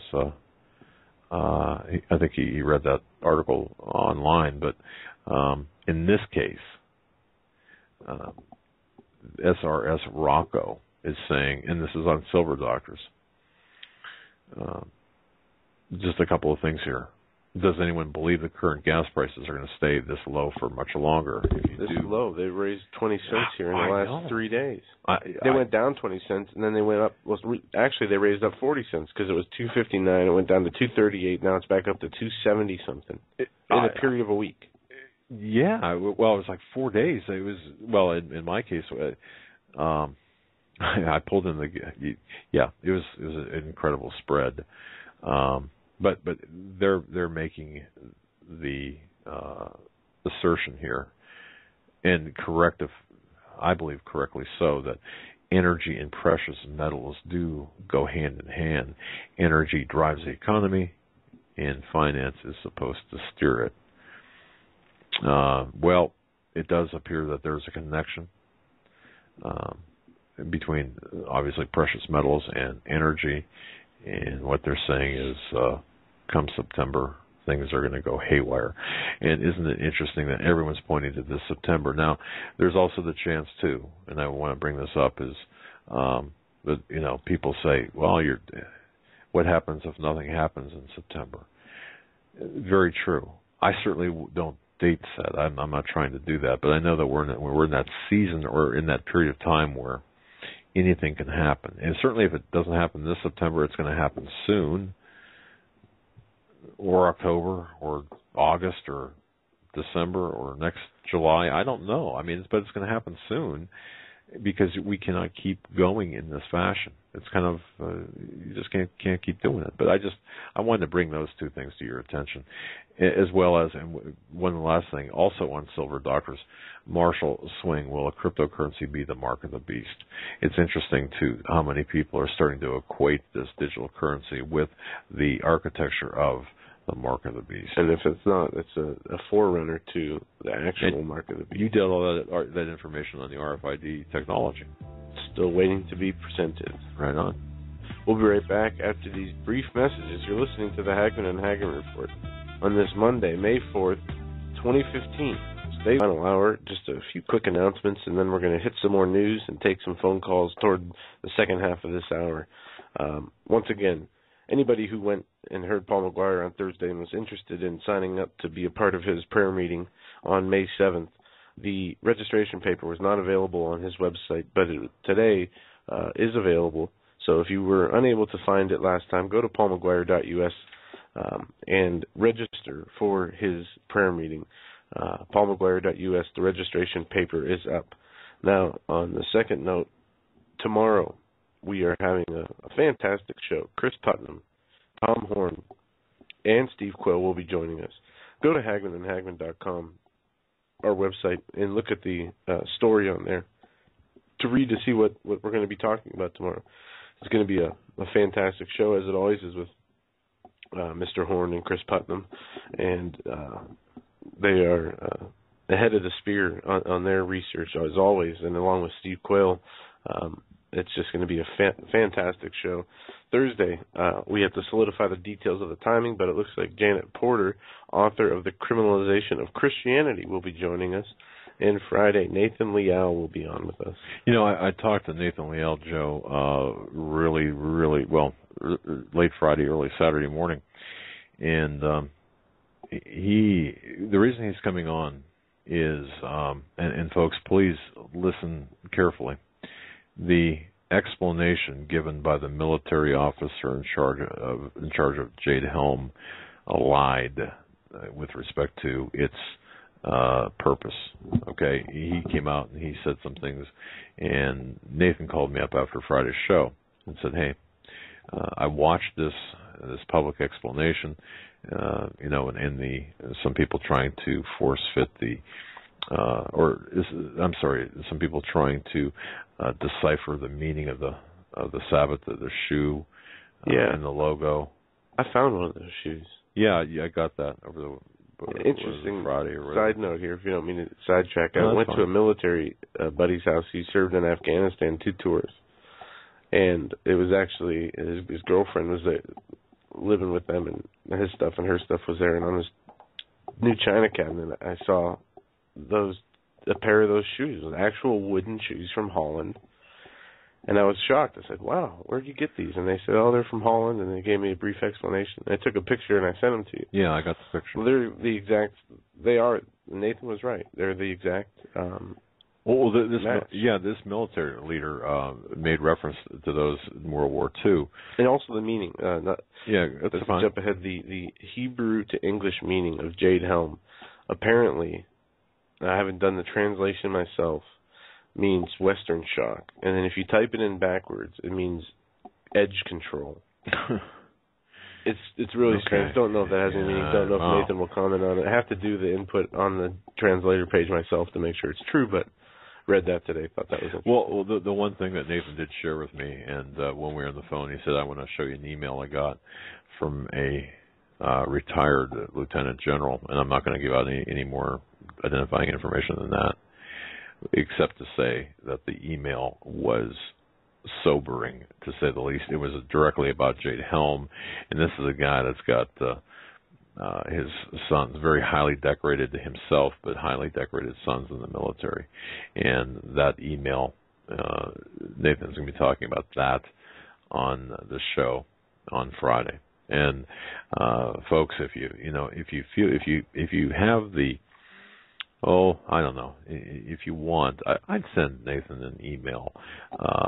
Just go to his website and just send him an email, just of reassurance and of thanking him for what he does, because he puts in so many hours and he really attempts to get down and drill down to the real truth of the matter. Yeah, Joe, absolutely. Before you get into anything further, can I, Janet Porter, who we were talking about on possibly coming on Thursday, can I just read something real quick here? Sure. Okay. Folks, this is interesting. Out of her book called The Criminalization of Christianity, chapter 15, Reason for Hope, and I'm going to try to get through this very quickly, but I'd like you to really pay attention to this, because I read this right early this morning, and it just struck me. This is in her book, starting on page 241, and I'll be as brief as I can here. She writes, "Once upon a time, there was a great big elephant called Tiny. That wasn't his real name, but that's what everyone called him." Did you hear this before? No. Okay. I've read that, but it's been a long time. Okay. His real name actually was Mighty, but he hadn't heard his real name for so long that he had forgotten who he was. Mighty was born at the circus and never knew what it was like to run free in the jungle as his parents had done. He ate only what was fed to him and never got to choose anything else. Since birth, he had been told what to do, where to go by all those around him. He was even put on a heavy chain to keep him from escaping. But Mighty wanted to be free. He heard from his parents about what it was like in the jungle, to roam and play wherever he wanted to go. Mighty tried and tried to break free from his heavy chain, but always failed. There was a mean circus man everywhere called Judge, and when Judge would see Mighty try to break free, he would hit him with a big stick and say, "Tiny, you'll never be free." He said it over and over, louder and louder, and every time Mighty thought about roaming free in the jungle, as his parents had, he would hear Judge's words again and again in his mind, "Tiny, you'll never be free." Mighty didn't like the way the stick felt either. So finally, he just quit trying. He quit dreaming, and he forgot his real name. Then Mighty, he grew up. That heavy chain couldn't hold him anymore, but Judge had done such a good job of beating him down that Mighty didn't know it. In fact, the chain was replaced with a thin, tiny rope tied to Mighty's leg and a small stake in the ground. Mighty could snap the rope in an instant, but he'd been told so often that he couldn't. Then he stopped trying. And so there he stayed, tied to a small, teeny rope that only let him take 2 steps forward and 2 steps back. Mighty swayed back and forth, going nowhere. Day in and day out, told what to think, what to eat, back and forth, going nowhere. One day, some troublesome teens came to the circus and saw Mighty tied up behind a big tent. One bully named PC, and the other one was called TV. They started pelting Mighty with trash and rocks and shouting, "What are you going to do about it, Tiny?" Mighty looked down and saw the little rope and hung his head low, trying to turn away from the stinging rubbish being thrown at him by PC and TV. He rocked back and forth, going nowhere. Then a little girl came up and chased the bullies away. Now, she was little, but she had a big, loud voice and wasn't afraid to use it. She walked up to Mighty and held a hand full of peanuts out to him. "Hello, Mr. Elephant," she said. "My name is Truth, but they call me Trudy, even though I hate it." Mighty moved closer to the little girl and ate the peanuts from her hand. "You're so big, your name can't be Tiny like the sign says. What's your real name?" Real name. Mighty thought hard. "Everyone calls me Tiny."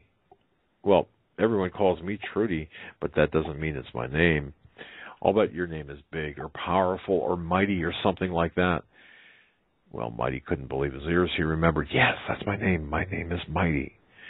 Truth reached into her pocket and brought out another handful of peanuts. "Well, if your name is Mighty, then you'd better start acting like it."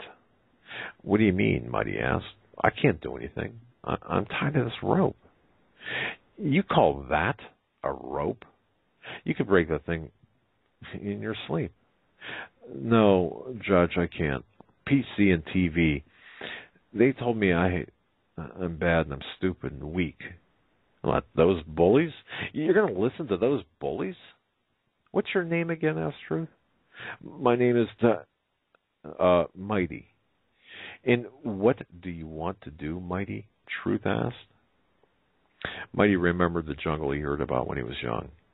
"I used to dream heroic dreams of roaming free in the jungle. And that was a long time ago." "You can do whatever you want," said Truth. "What do you most want?" Well, Mighty looked down. "Of course, it's not so bad here. Look, they feed me what they want, and I eat it, and I get to walk 2 steps forward and 2 steps back." 2 steps? Say what you want, but I wouldn't really call that free. 2 steps forward and 2 steps back, that's the same as going nowhere. Mighty looked at how far he was allowed to step and had to agree. "You're right, and I really don't like going nowhere." "So, what do you really want?" Truth asked a final time. "I want to be free," Mighty said. "Then snap the rope," the little girl replied. "But Judge said I couldn't." "Snap the rope." "But PC and TV—" "Snap the rope," she said emphatically. There's a big old woods on the other side of the street. It's not quite a jungle, but you could go anywhere you wanted, even over to my house to visit. I live in the White House at the corner, and the woods are my backyard. So if you want to be free, you need to forget about the lies and remember the truth. You must remember who you are. You are an elephant. You are big and strong. And before I go, I've got 2 questions for you." "Yes?" Mighty asked. "Do you want to be free?" "Yes," replied the hesitant elephant. "My final question," asked Truth. "What is your name?" "My name is Mighty." "What is your name?" "Mighty," he said more emphatically. "What is your name?" she asked a third time. "Mighty." And with that, Mighty snapped the rope. He kissed Truth on the cheek with his trunk and ran free to the woods, where he lived happily ever after. And in case you didn't make the connection, the elephant is us, Christians. We are the Christians, the ones history will show to be the good guys, the ones who say dismembering children through abortion, for example, is wrong, the ones who say Islamic terrorism should be called just that, The ones who believe that the Declaration of Independence and the Constitution have what they have to say, including the part about our inalienable rights endowed by our Creator. But you know what? We've been beaten down so long that we don't even remember our name. We're Christians, folks. Sons and daughters of the Most High God, the mighty God who empowers and enables us to move mountains and snap ropes. And you know what? He came and is coming to set the captives free. Thank you, Janet Porter. Absolutely.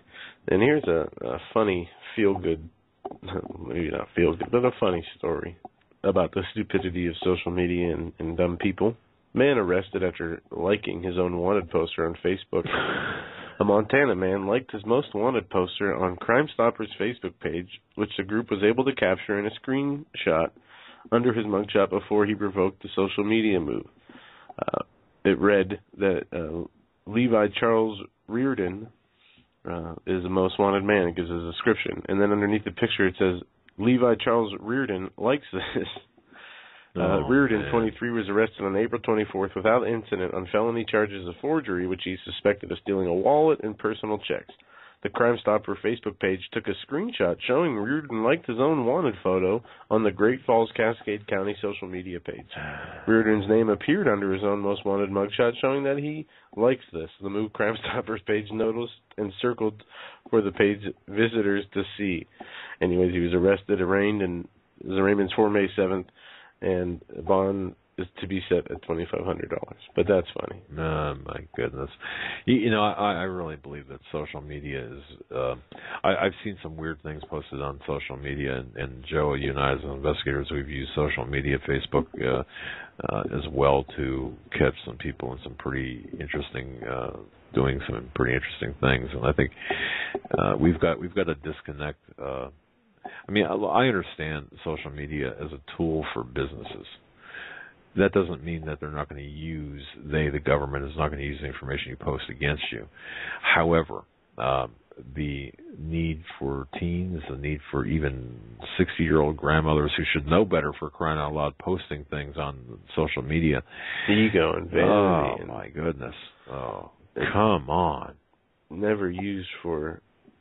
I mean, just think about the internet and the information age we live in. Could be used to do the most good in human history of any time ever. That's right. Instead, it's used to divide and conquer, to tear us apart, and we play right into it. You know, we could do a lot with social media to spread the word, to spread the gospel, to spread the truth. Yet you've got some. Well, folks, you know what I'm talking about. So I don't even have to get into that, but. Let's get back to the TPP because there's a lot of secrecy surrounding the TPP. If you look at it right now, only members of the House and Senate are currently allowed to view the text of the Trans-Pacific Partnership. Yeah. If you want to hear details of this TPP trade deal, the Obama administration is hoping to pass.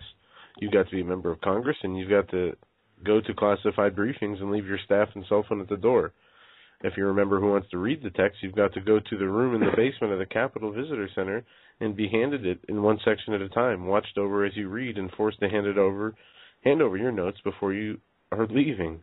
And no matter what, you can't discuss the details of what you read. It's like being in kindergarten, said Representative Rosa DeLauro of Connecticut, who's become the leader of the opposition to President Obama's trade agenda. You give back the toys at the end, she said. She's a Democrat out of Connecticut, by the way. For those out to sink, Obama's free trade push highlighted the lack of public information as becoming central to the opposition strategy. The White House isn't even telling Congress what it is asking for, they say, or what it is they already promised foreign governments. You know what I find amazing, and I'm no fan or friend of Senator Elizabeth Warren from Massachusetts. Believe me, when I start agreeing with her on certain things, I have to question what's going on here, and I find myself in agreement with her. Okay, she's perhaps one of the most vocal opponents of the Trans-Pacific Partnership, along with Senator Sherrod Brown of Ohio. Wrote a letter to Obama last week demanding the public release of the deal's full text, saying that the government, the American people, should be allowed to weigh in on the facts of the TPP before the members of Congress are asked to voluntarily reduce our ability to amend, shape, or block any trade deal. And so for me to agree Elizabeth Warren. I mean, talk about a bizarro, whacked up, upside down world we live in. At least in my worldview. I don't know. That'd be, man. But we better start paying attention, and we better demand transparency. Or else you've got such incredible, absolutely incredible. The secrecy here. This will pass. This will pass. This will be into law. I have no doubt about it. It's really the sellout of the American people, and really, who's the target here? It's the middle class. It is the people who have, who make the country go. It's not the top 1%. Yeah, I get the fact that they own things, but it's the middle class that really does the heavy lifting here for this country. This is absolutely incredible. I don't know. Can you imagine being told that you can't talk about it? I mean, just think about just really think about this whole situation, and what's the end? And even I find myself in agreement with Bernie Sanders. That's scary because he said this. It's incomprehensible to me that the leaders of major corporate interests are actively involved in the writing of the TPP, while the elected officials in this country have little or no knowledge of what's in it. Well, of course, the corporations would be all for this, as they can farm out their labor to third world countries at a fraction of a percentage of what they pay now with U.S. American manufacturing jobs. We read earlier and talked earlier, and just today and in the past years, how American manufacturing sector has been eroded from this country, something that was predicted by Ross Perot and others, the NAFTA agreements that would happen. Well, the people who were implementing it and calling for its implementation said it would, increase jobs in America, would increase the value of the dollar, would reduce minimum wage, et cetera, and it's worked in the opposite effect. Now they want to completely neutralize the rest of the American manufacturing sector, and it is as much as the corporation's fault as it is the government's fault. If the corporations weren't pushing for this, then the government would not care too much, I wouldn't think. But since the corporations are the money drivers behind the government, or the political system that we know that allegedly funds the people who we get to choose to vote for, Well, think about this. If the TPP, the Trans-Pacific Partnership, is a done deal, what's going to happen? The United States is going to lose more than 130,000 jobs to, guess where? Vietnam and Japan alone. That's just a small portion. Service sector jobs will be lost. We've outsourced over 3 million service sector jobs in the United States. Okay, manufacturing jobs will be lost. Remember, as you pointed out, Joe, that Ross Perot, that giant sucking sound as a result of NAFTA. And remember folks, please remember who was singing the praises of NAFTA and GATT and all of that. How many? Just remember who those people were. But anyway, look at NAFTA. The U.S. lost anywhere between 700,000 to 1 million jobs as a result of this, the permanent normal trade relations with China. How many jobs do you think we lost? 2.7 million, and that's on the low side. If you look at the Korea Free Trade Agreement, the U.S. lost 70,000 jobs. So what the TPP would do would exacerbate everything by providing special benefits to firms at offshore jobs and by reducing the risks associated with operating in low-wage countries. And our sovereignty would be undermined by giving corporations the right to challenge our laws before international tribunals. Can you imagine having a process or having a special dispute resolution process that allows corporations to challenge our domestic laws in international court. Disputes would be heard before the UN and the World Bank tribunals. You talk about globalism in all of its colors. There it is. And you know, it's easy to lose a focus of what's important. This is critical. And what are we talking about? We're talking about, I mean, what's dominating the news headlines? That's why we like to do the triage for you. The two deaths in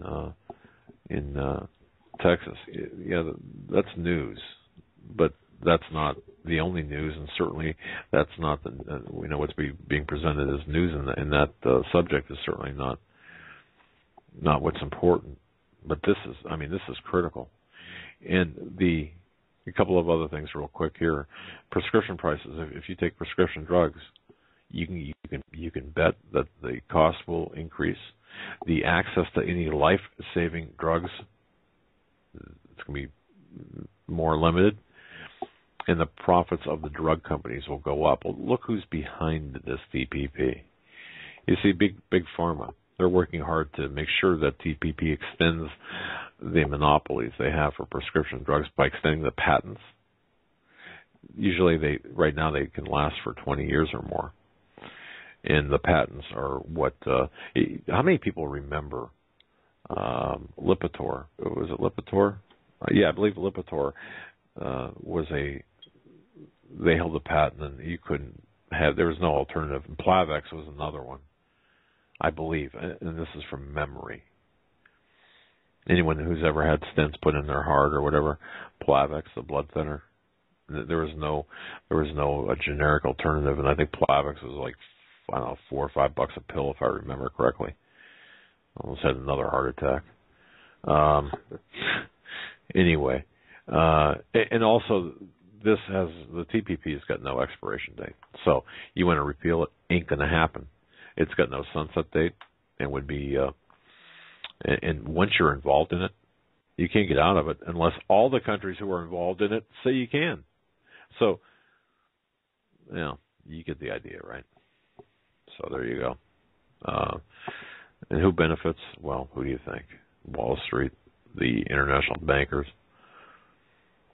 They benefit. Globalists, they benefit. Not you and I, folks, because we're not the elite, and thankfully we're not. Morally and spiritually, thankfully we're not. We haven't sold our souls out, but you get where this is all going, don't you? Man. If you guys want to call in, we do have some callers on the line. 661-244-9839. What's on your mind? As we have our last 25 minutes of the show. We will take calls now at 661-244-9839. We're going to go to area code 708 first. 708. Thanks for holding. You're live on the Hagmann Hagmann Report. Good evening, gentlemen. Earlier, you were talking about what it would be like without having that money on hand. And last Friday, which was May 1st, I had received an email from my employer saying that the wire transfer on my payroll was rejected by the Federal Reserve Bank. And so I did not get my payroll check. So it was a small heart attack moment. Oh, my goodness. Okay. Why was it rejected? Well, apparently my employer has no idea why. And so I did a little research online, and it indicates that some employers, when it goes from their payroll company to your bank account or credit union, it uses the Federal Reserve as a middleman, and then they actually take a fee out of, for processing this money. Right. Which is, so it's kind of kind of a system where they make this real secret or quiet money without ever being in the picture. So it's a real frightening thought when all of a sudden it's payday, you're anticipating your check to come, you've got your bills already made out to go, or they've already been mailed, assuming that it's coming on Friday. And yeah. And then, ta-da, no money. And that it was rejected by the Federal Reserve Bank is what it said, rejected. So apparently I was not alone.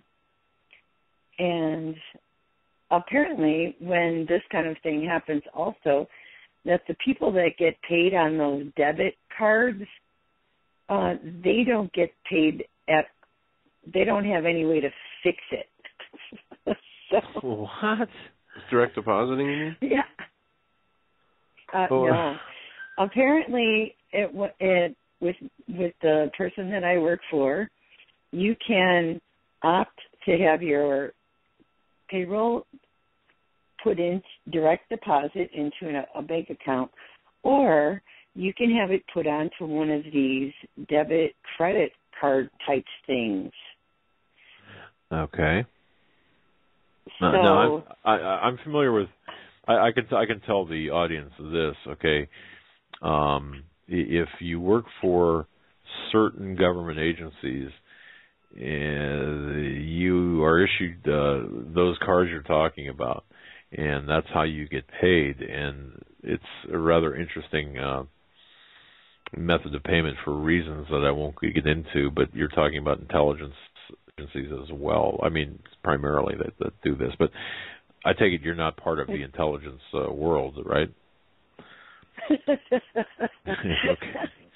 But I am intelligent. Well, and, that's good. So that well, tell me you got paid. Frightening thought. Please tell me you got paid. Today the money did come, so I was actually able to take a little breather until next time. So, and meanwhile, how many checks bounced? None, because I just sit on them and wait, and I just figure, well, there isn't that much mail moving around these days, so things tend to get there pretty quickly. So, oh man, not going to worry about that. But by the way, I want to. But no, yeah, no I just explanation. Nothing. Okay.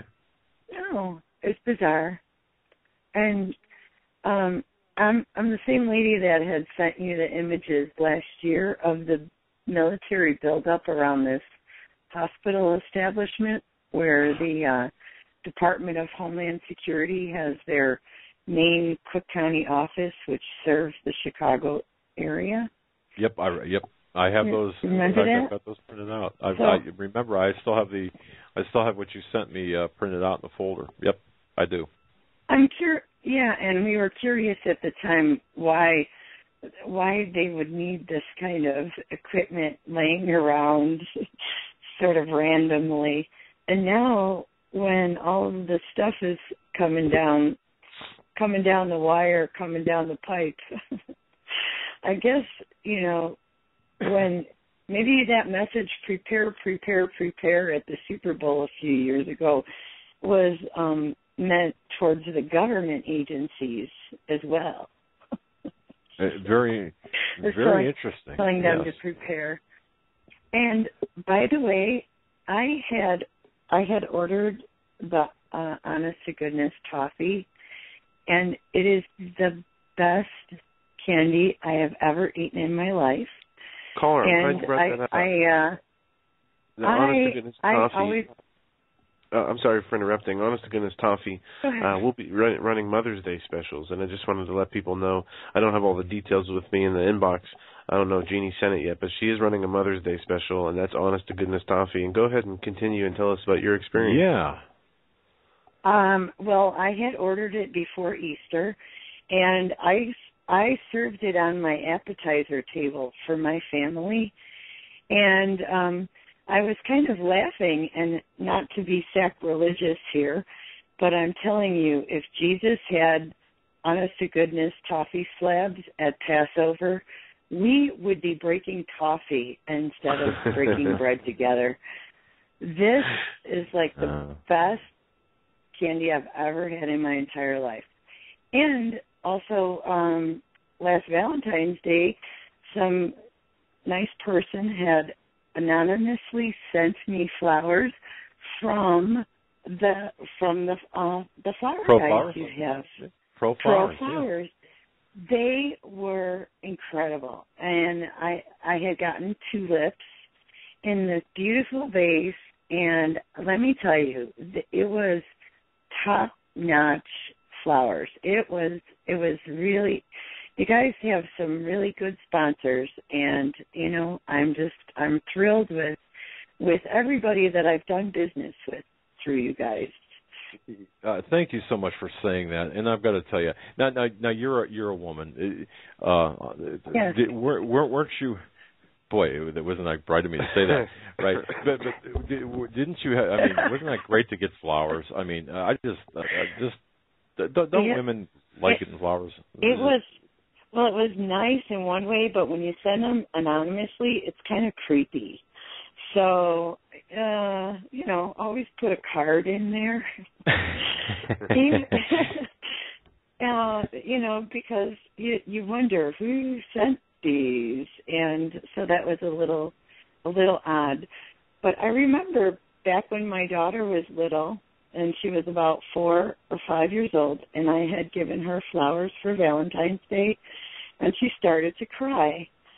And I asked her, "Why are you crying?" And she said, "I hate flowers." And I said, "Why do you hate flowers?" And she said, "Because they die." And so I said, "I will never buy you flowers again." So it's always been candy ever since. Oh my goodness! Wow, kids are just great though. Wow, great most story. women love flowers, and you'd be surprised. Even men love flowers. So we do. I know that's the secret. We do love them. We do. Plants or flower. Yeah. Flowers are easy because plants are a long-term commitment. True. Yeah, that's true. But I'm glad. Thank you so much. Well, all right. I'm glad you got that. Reserved. Yeah, I'm glad you got that taken care of. And I'm just wondering if the Federal Reserve, acting as a middleman, maybe had a little funding issue there. Yeah. Well, the date was also 5/1/15. Oh. I don't know if it's any significance, but it was kind of bizarre too. Yeah, I like to look at the numerology aspects of things, and that is interesting, to say the least. But wow, well, I'm glad you got that cleared up. I still have those images, and I got to tell you, I want to thank you for that. And I think that we are preparing. We're getting ready for something to happen. I don't know what it, exactly what with precision what it will be, but we have to keep our ear to the ground and our wits up here. So. But thank you for calling. God bless you. God bless you guys. It's a great time to be a Christian because, all of this is just the beginning, and we are going to see Jesus. We should be happy and not be nervous because we know the end. Yes, we do. Amen to that, and thank you so much for your call. Have a great night. You too. God bless you. Wow. All right, we're going to go to area code 214 next. 214, you're live on the Hagmann and Hagmann Report. Do you want some oxygen over there or anything? Are you all right? Sorry about that, caller. 214, you're up. Hello, gentlemen. This is Jan in Dallas, and I want to make a comment. I'm familiar with a few people that know some Garland police officers, and I think about this Garland police officer. Never would have thought at the end of the day, yesterday, he would have had to take his gun and shoot 2 terrorists in the head to keep them from taking innocent blood that they intended to do last night at that event. And the Garland ISD officer who was injured, thankfully, not seriously, he's working for a school district. And to think in our country that we have allowed, as you know what I mean, to have this happen in a small town, and to know that the government is not sad about this situation, they are encouraging it.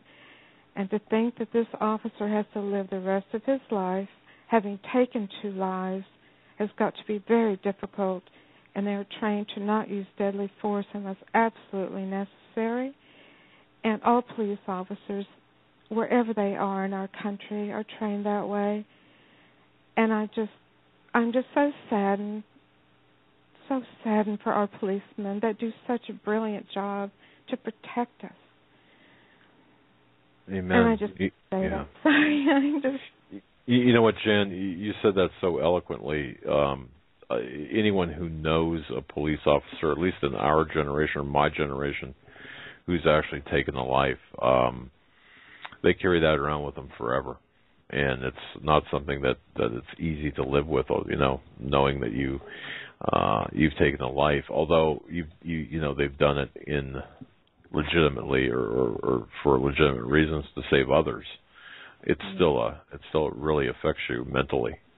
And but yes, you're right, and very eloquently said. And thank you for taking my call, and thank you again for talking also about the immigration tonight. It really helped me understand what's been going on the last 50 years, puts us in perspective. Well, thank you, Jan, and God bless you, and it's great to hear from you, and please don't be a stranger. We love your calls. God bless you. Thank you. All right. Bye-bye. Have a great night. Thanks. Just a update here, or a breaking story. 7.5 earthquake in New Guinea in the South Pacific. 7.5 New Guinea. Yeah, we just had a 7.8 or 8.1 in Nepal not too long ago. A horrific one in Nepal, yeah. And so and I'm looking at the buoys here from NOAA. If you guys go to NOAA.gov, you can click on the ocean link and then go to the buoys, and it gives you all the buoys worldwide that are active. You can see if they're fluctuating or not. And there's 3 or 4 going off there in the South Pacific. Well, and Joe, I think that Stan Deo is right on the money with when he's been talking about the increase in earthquakes and the magnitudes and such, and watching that. The guy is phenomenal in his results and in his research. So, my goodness. Okay. Well, let's pray for.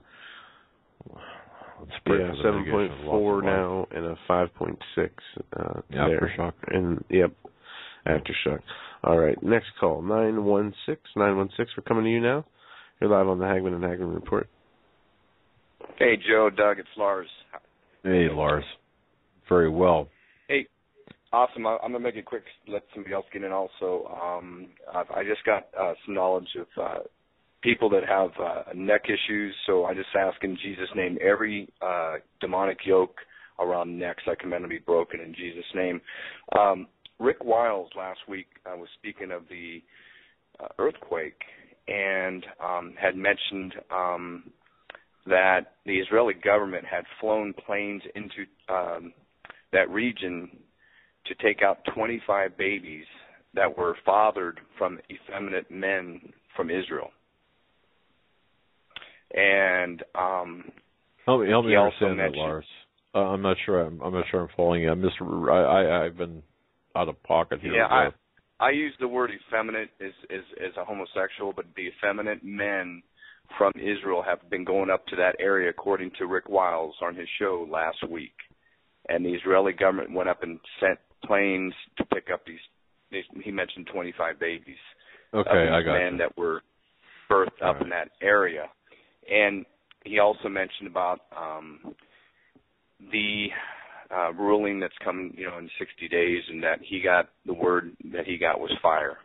He didn't know if it was nuclear, if it was something from, space or writing. But he had the scripture, and this is Hosea 9, verse 7. The days of visitation are come, the days of recompense are come. Israel shall know it. What's interesting is I looked over to Hosea 10, in verse 7 and 8, it says, "As for Samaria, her king is cut off as the foam upon the water, and the high places also of Aven, A-V-E-N, the sin of Israel shall be destroyed." And I looked at the word Aven, and it means basically Beth Aven means the house of wickedness. Just kind of an interesting note. And one other thing, with the judges making this ruling in the next 60 days, if you're familiar with Romans 1, it talks about the apostolic authority, through Christ. Then it goes into if a man rejects the word of God and a woman rejects the God, that they would fall into depravity, and a man would follow a man and a woman would follow a woman, which I found interesting how it goes from apostolic authority into this effeminate agenda that's in our face right now. But what's interesting is if you go to Isaiah 1, verse 26, "I will restore thy judges as at the first, and thy counselors as in the beginning. After they shall be called the city of righteousness, the faithful city. Zion shall be redeemed with judgment, and her converts with righteousness." So the greater things that we're going to be able to do for the Lord in the days ahead are going to be absolute, like the woman was speaking just earlier. It's going to be absolutely great. So may the Lord's just great peace just rest upon us, and may we rest in his peace.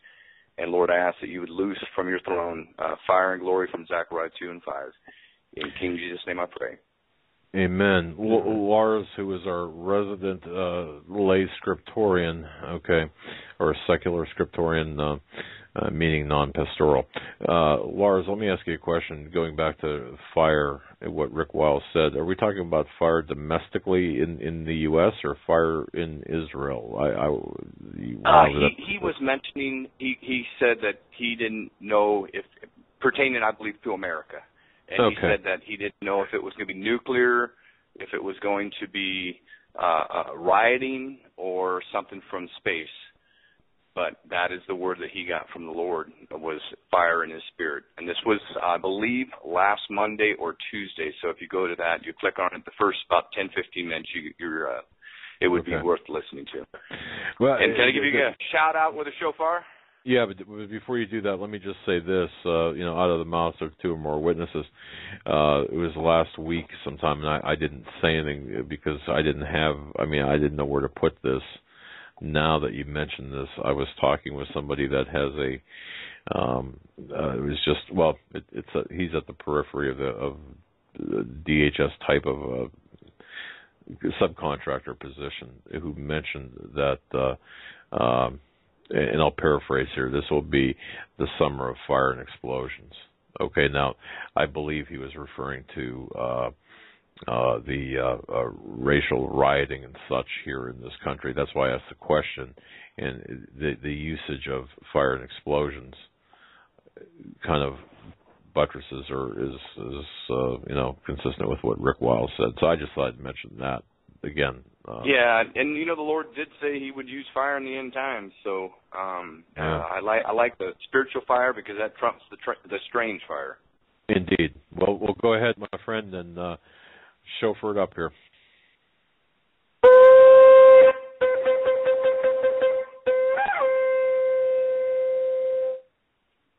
Hallelujah, King Jesus. Awesome. Amen, man. Thank you, brother. All right, love you guys. Peace out. All right. Laura's our resident secular scriptorian.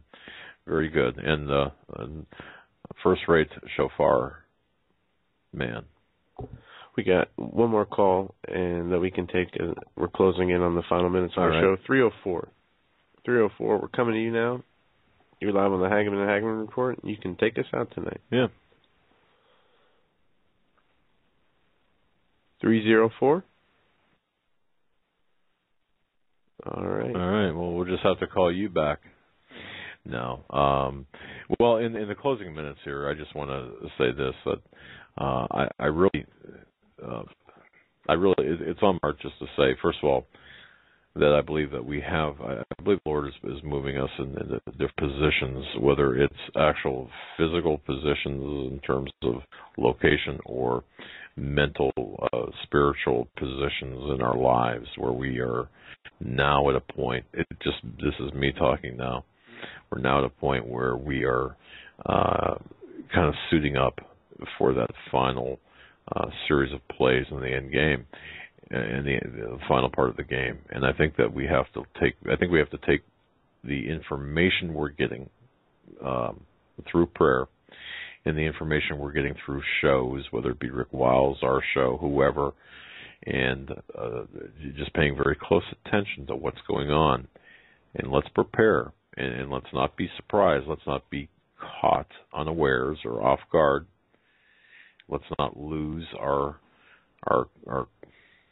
cool, if you will, or let's be stable in our mental, and let's just be stable, and let's not be. Let's be aware of what's coming, and it's going to. You know what, Joe? It might be more than one thing. It might be more than civil chaos and racial chaos in the cities. It might be a number of things. So that followed by a financial collapse, or financial collapse followed by the riots, or both. But I have a feeling that what we're seeing now is God moving us into certain positions, again, either physically, mentally, spiritually. But we have to fight the good fight. We have to fight, and we have to stand up and say, you know what, we're Christians, and you're not going to do this to us. Greg Jackson sent us an email, or sent me an email earlier today saying that, regardless of what the Supreme Court says, we have to stand up and to the judges and force the judges and the lower judiciary to say, no, this is unconstitutional, this is not right, and we will not comply. And I think we have to be men and women of action, and that's just it. That's my, yeah. But I've got a stirring in my heart, and what you saw in Garland, Texas, folks, I do believe it's going to happen again. It's going to happen in a short term here soon, and I think that just from what I've seen and what I've read on these Islamic message boards, I think that we're in for a number of problems all across the United States and even in Western countries, including the UK and Western Europe, but especially here in the United States. Oh, and Canada as well, but more in the United States, as I mentioned earlier in the program. But with that, tomorrow night, Chris Putnam, Tom Horn, Steve Quayle. Go to HagmannHagmann.com, read the promotional order for tomorrow night, and join us here 8 o'clock sharp. Yes. It should be a fantastic show. In the meantime, just stay safe. God bless. Take care. And until tomorrow. Good night.